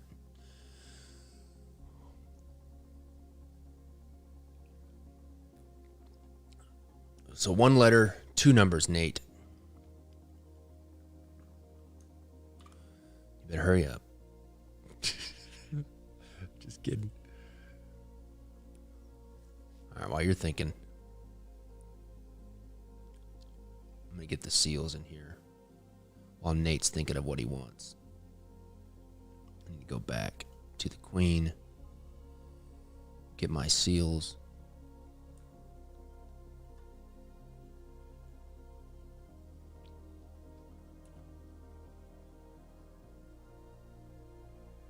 I'm not going to do lowercase n. I can't do it, Nate. It's got to be uppercase. Sorry. So you're going to go leet speak on me here, are you? Okay. I'll let it slide. I'll let your leet speak slide. All right, let's see here. But it's going to have to be a capital N.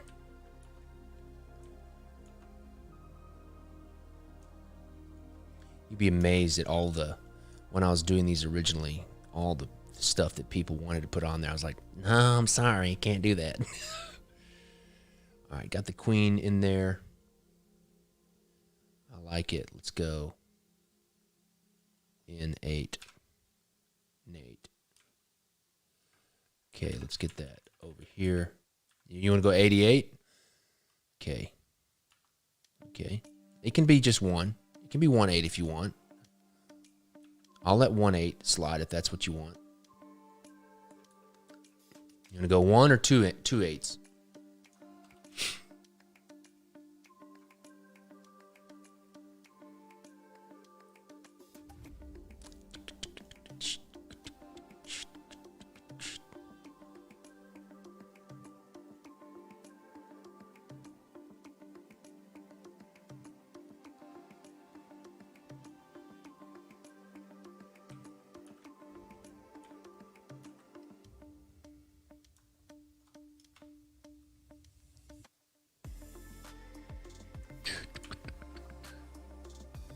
Yep, one will do. I will let one slide.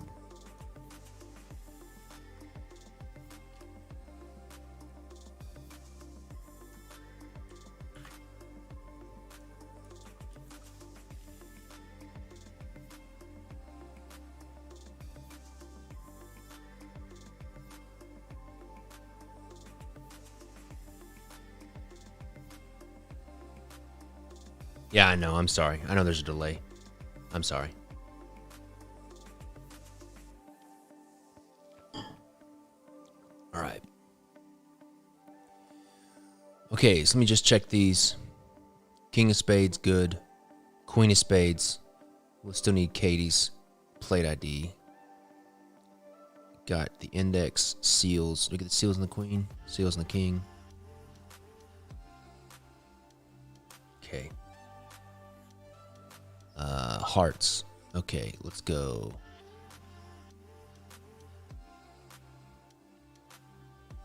All right. Who we got? Where we got? Let me see who's in here that I recognize. I recognize most people. Now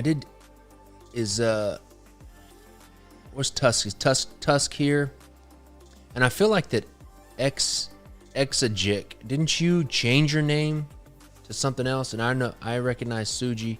I don't know if Suji. How long have you been here, Suji? I can't remember.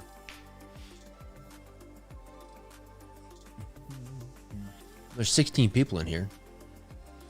Who all's watching? Let me get the seal in here while I'm thinking about it.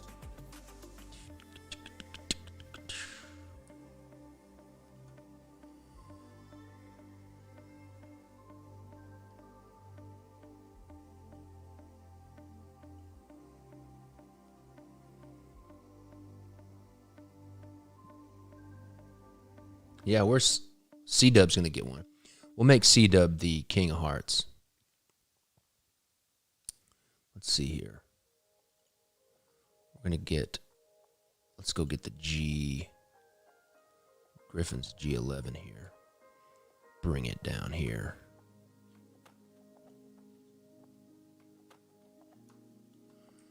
All right, where is that? It's up there.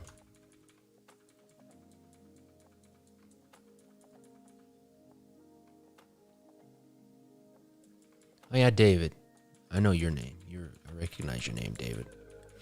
C-Dub's going to be the King of Hearts. All right, we're just going to go... I'm just going to go C. Oops. C. I'm going to put Dub. Dub. Yes, I know it's not going to be C-Dub. I just want to remind myself who we're going to put here. All right, we need to put a big green circle around this.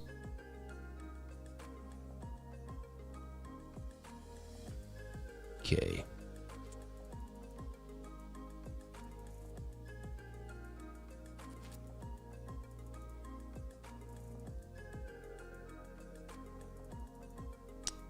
Okay. The problem is who we're going to find to do the queens, because unfortunately 98% of my audience is male.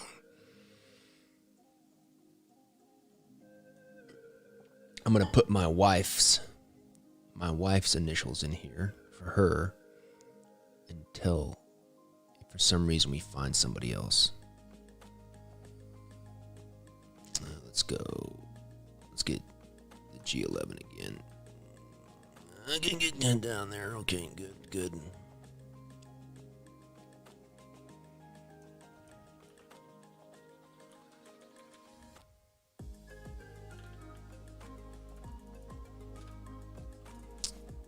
All right, we're going to go B for Becca. And we're going to go 78 for her birth year. Let's see. Okay.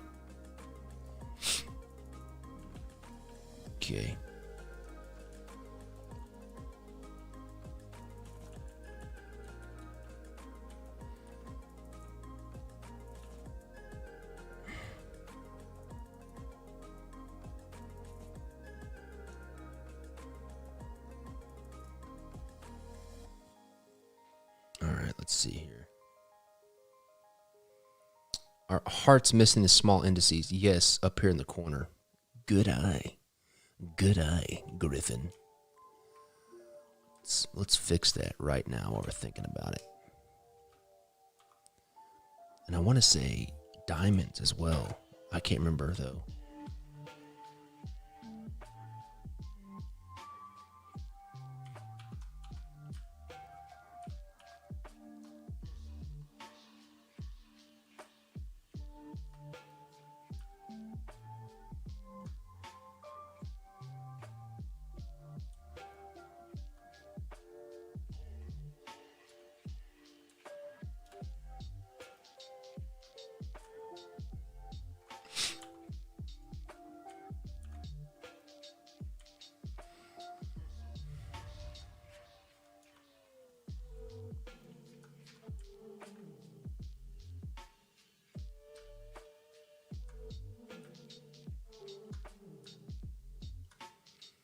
Okay, got that fixed. All right. I got to stand up and stretch right quick.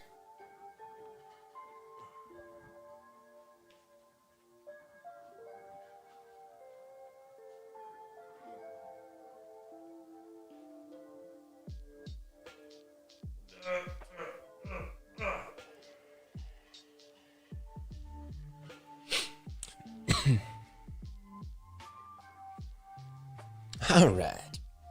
All right, let's get the seals in here. Shadooba-doob-doob-doo. Shadooba-doob-doob-doo. Shadooba-doob. Shadooba-doob-doob-doo-doo.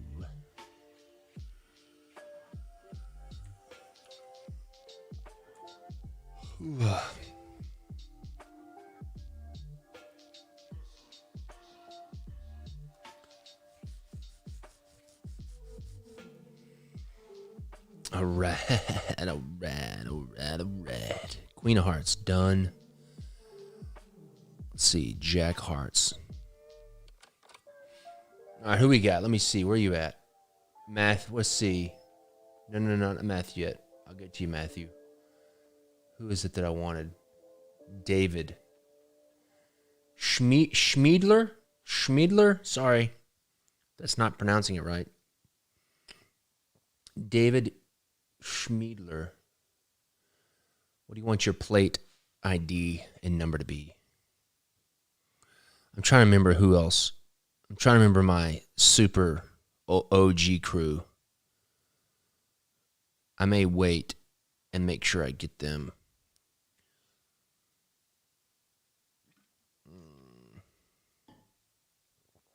Let's see here. Long Eye, David Schmeidler.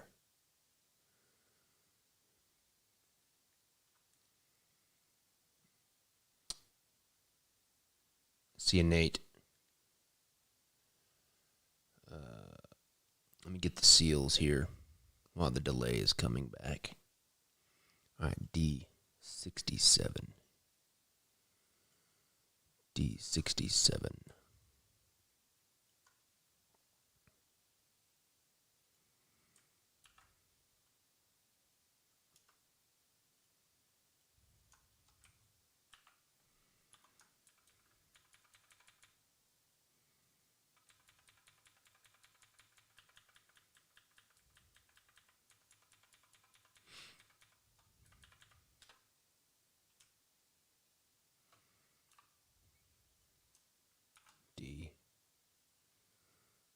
D67.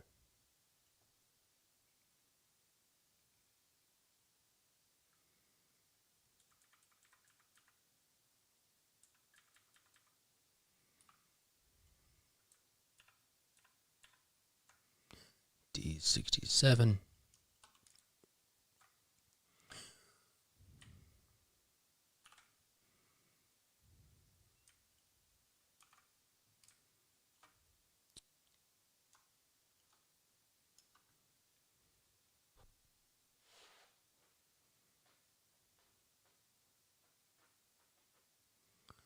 Okay, we need seals.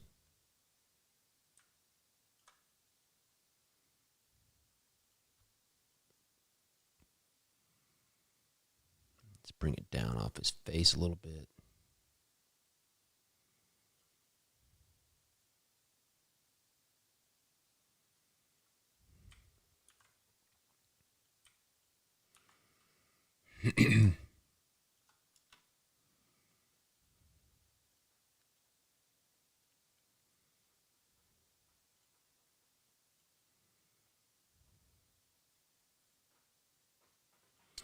Not quite ready to do the aces.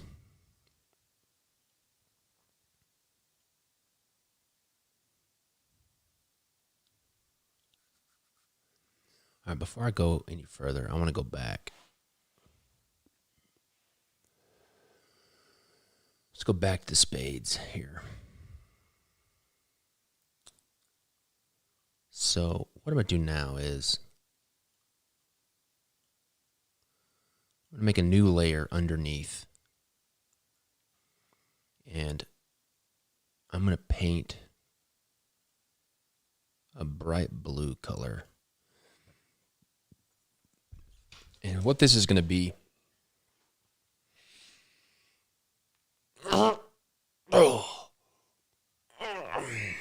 what this bright blue color is going to be is where we end up having the foil. I'm trying to think about how I want to do this, because I don't want the whole border to be foil. I just want certain elements to be foil. So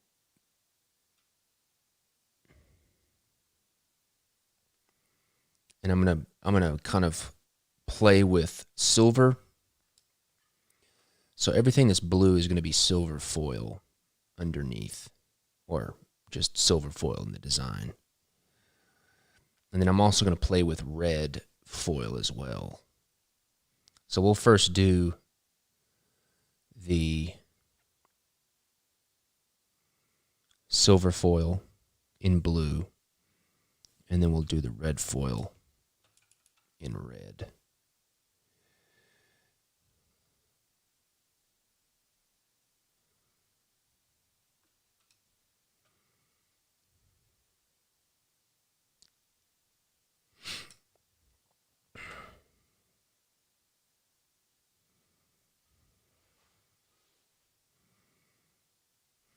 This pattern right here in the back, that's too tight, and there'll be too much ink coverage on that. And if I put foil in the back of that, and I've just learned through experience already, that if I put foil back there, it'll get really muddy.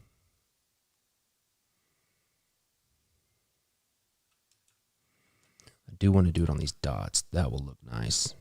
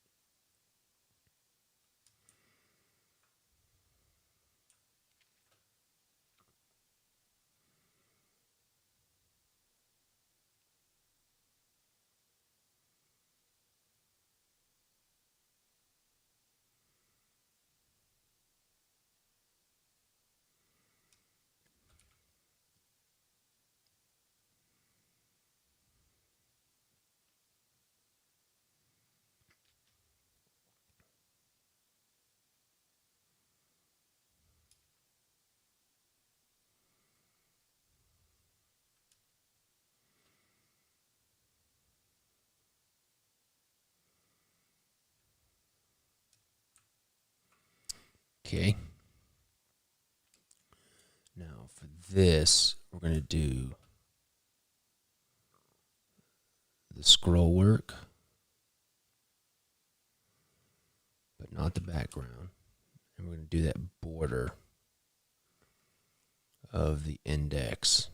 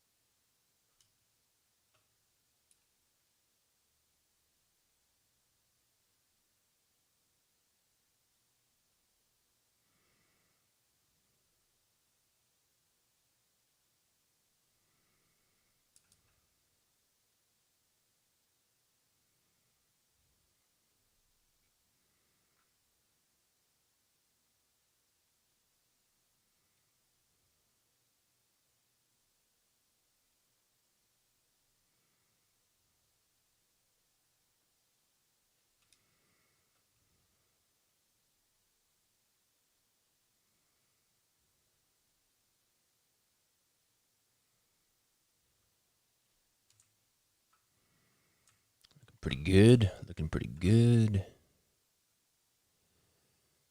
Get this one over here.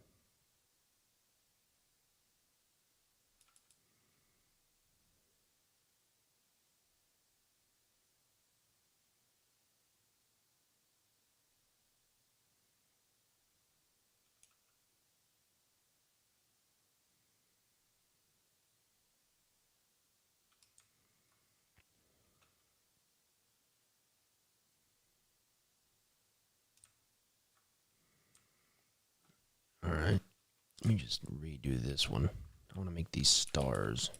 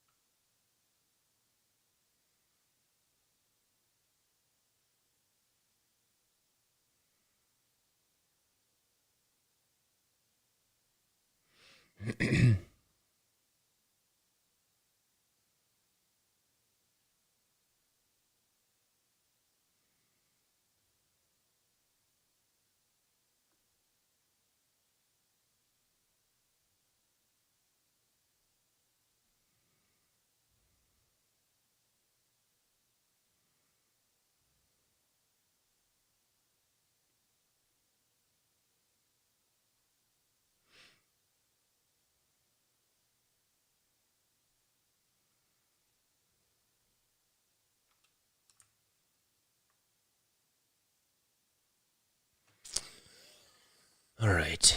Let's see here. Let me see if I've missed anything. Yes, I need to do this one right here.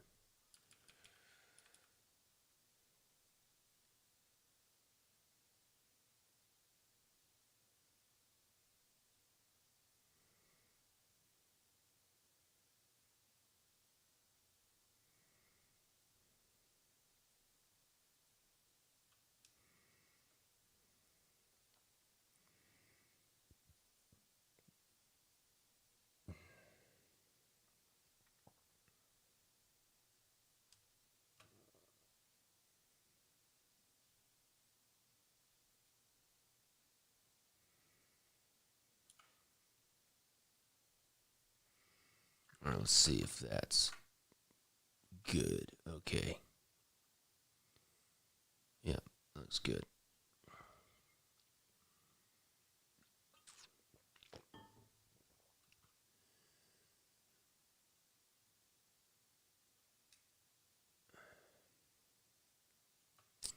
All right, let me duplicate this silver foil layer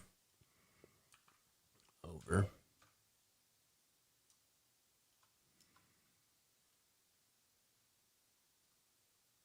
Yeah, the seals will be red foil. That's how we're going to do that. Okay. Let me just propagate this over to the queen.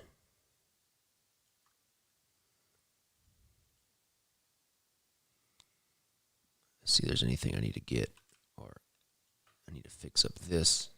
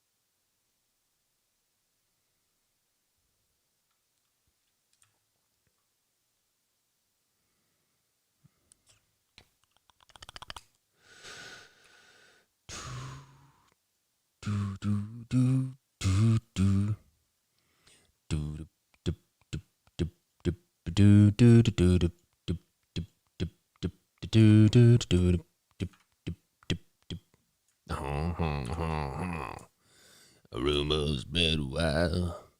Oh, Texas, will be mistaken. And I got another nice girl there.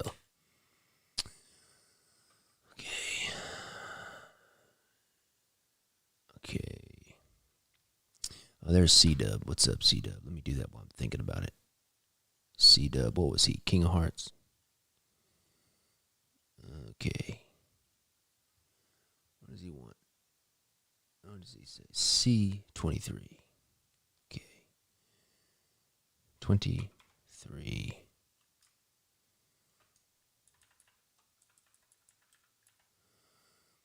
Rumors spread wild.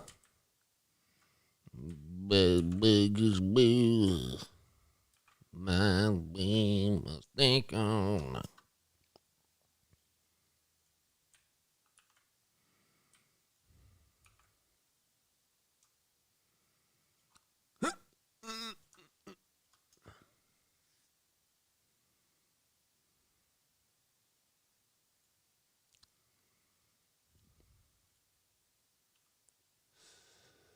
All right, got that.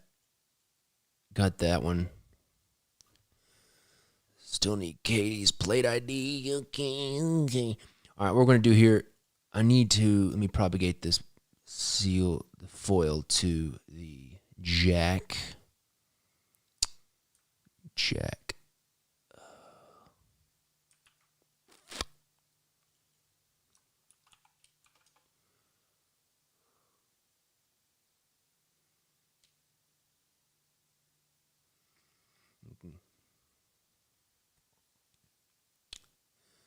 Let's see here.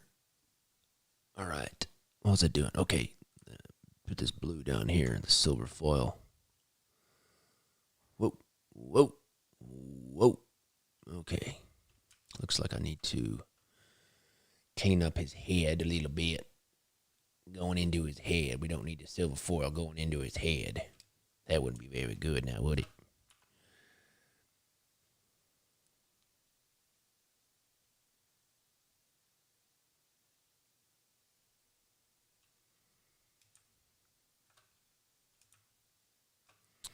Son of a biscuit.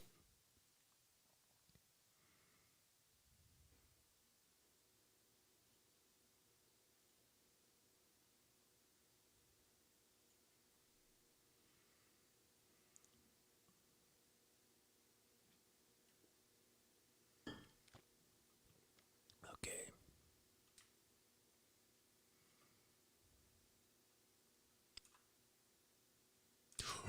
Oh my goodness. Look at this little error right here. Is that up top too? It is. Oh my goodness. I need to make sure and fix that. Looks like I got a little rogue piece.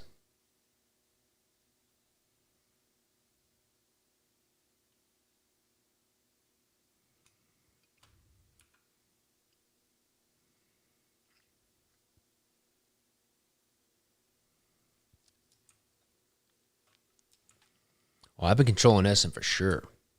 It's already crashed on me a couple of times. Okay, let's go back and fix this little dingleberry here.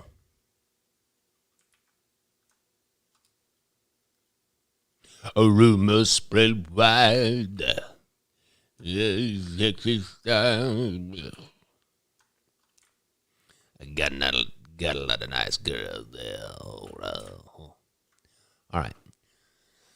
So something else. Oh my goodness gracious!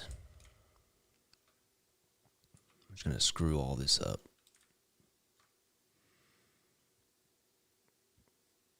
All right. One of the things I'm gonna do with these spades is because I know that it's too small. I'm gonna take out this lettering up here because it's too small to print and it gets muddied up.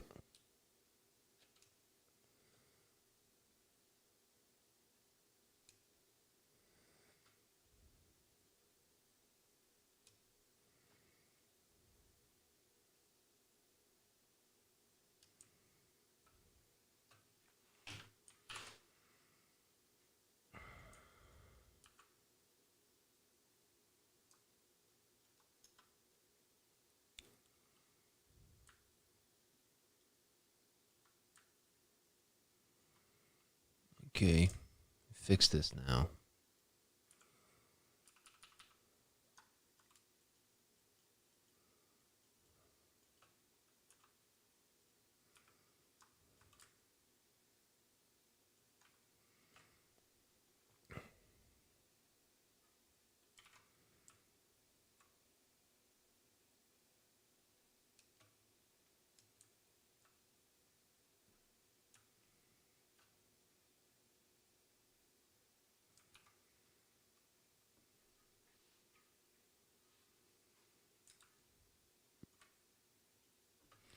All right. Oh, my leg itches.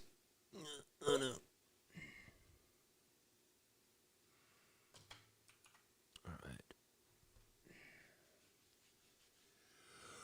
Okay. Got the spades done. Let's move on to the hearts.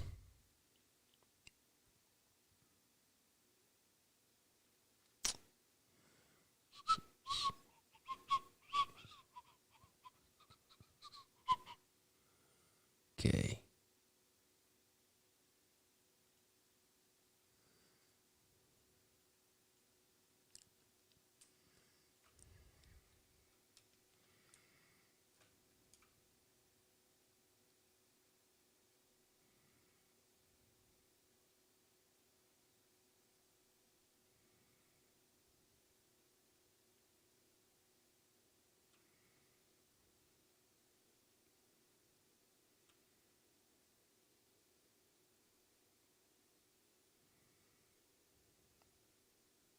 I did. Figured out my Illustrator stuff.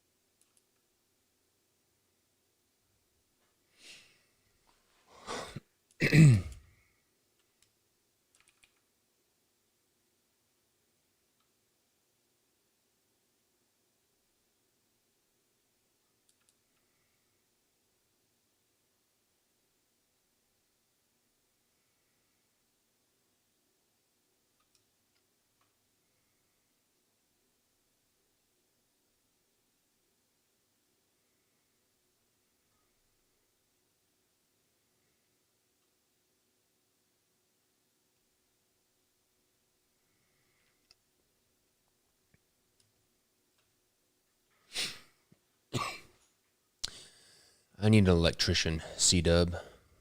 Can you come up to my house and do some electrical work?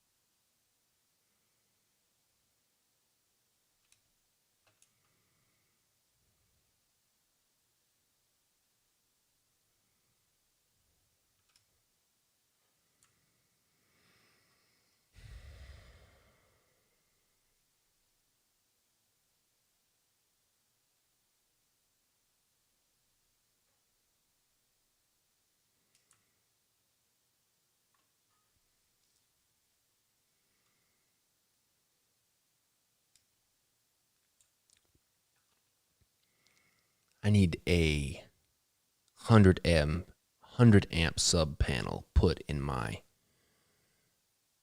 garage slash shop.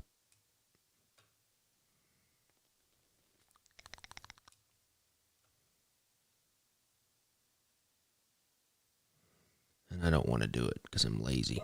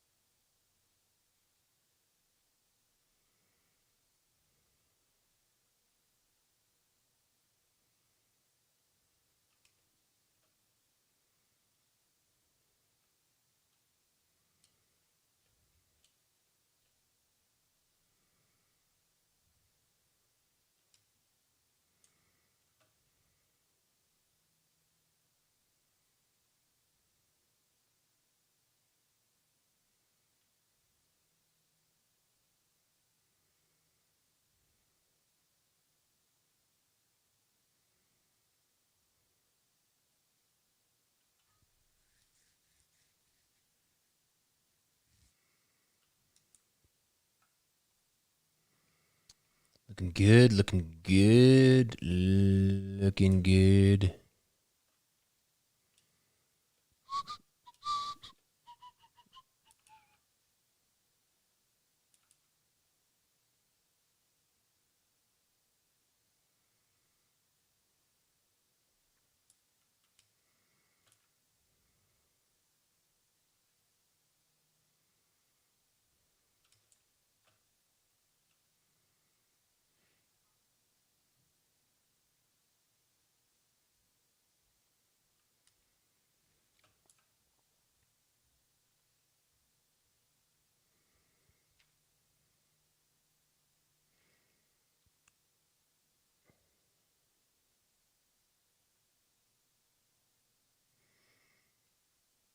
Ain't no crazy about a shop dressed man.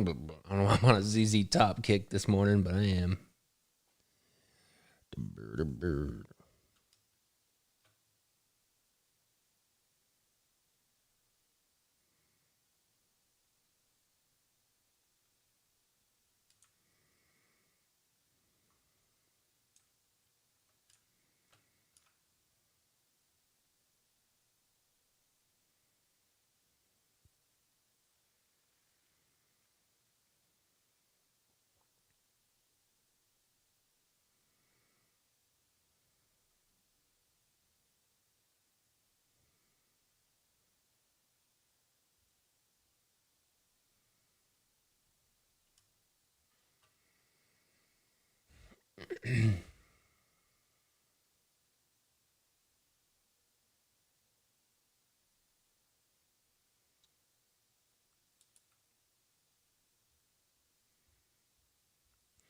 So the original Black Reserve note just had the same court cards as the White Reserve note. It just had a different joker and then the black back design. I'm trying to think of a way that I can make the court cards a little bit different by using... I'm trying to figure out how I can do like an all black deck front and back without it being too...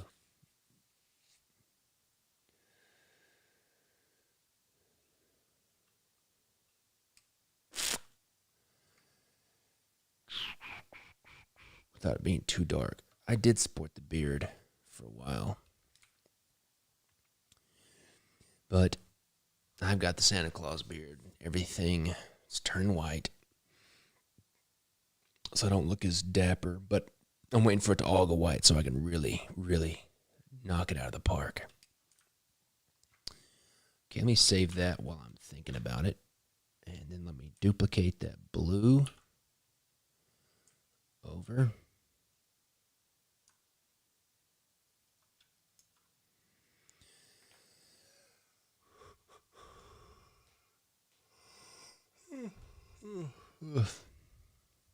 All right, let me duplicate this over to the queen. And then let me fix the blue here from the sword.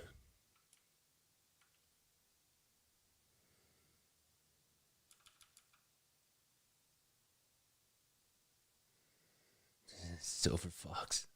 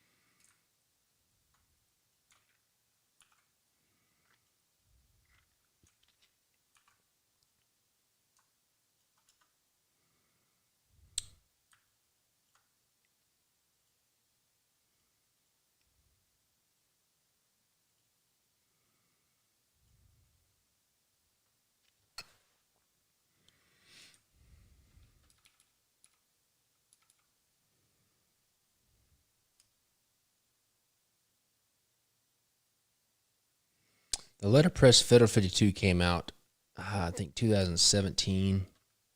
I owned a Heidelberg windmill printing letterpress that I fancied myself. I tried to think that I could be a letterpress printer.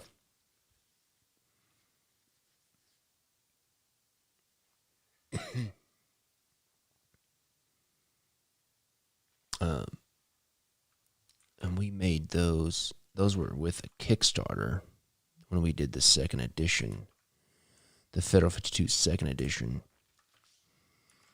And they were like the special edition. And I letterpressed the tuck cases myself. But I learned very quickly that I wasn't a letterpress. I didn't have time to become very proficient. All right, got that done. Let me save this. All right, it's about 8 o'clock. Let me see here. I think that's going to be it for me today. Oh man,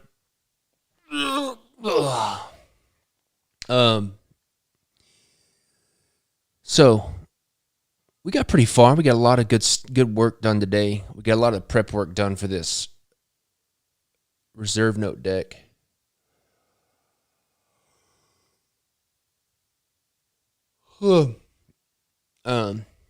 So we'll probably finish this up tomorrow or get further along tomorrow. I'll be happy if I can. I'll be very pleased if I can knock this out in the next 2 or 3 days by like Thursday or Friday.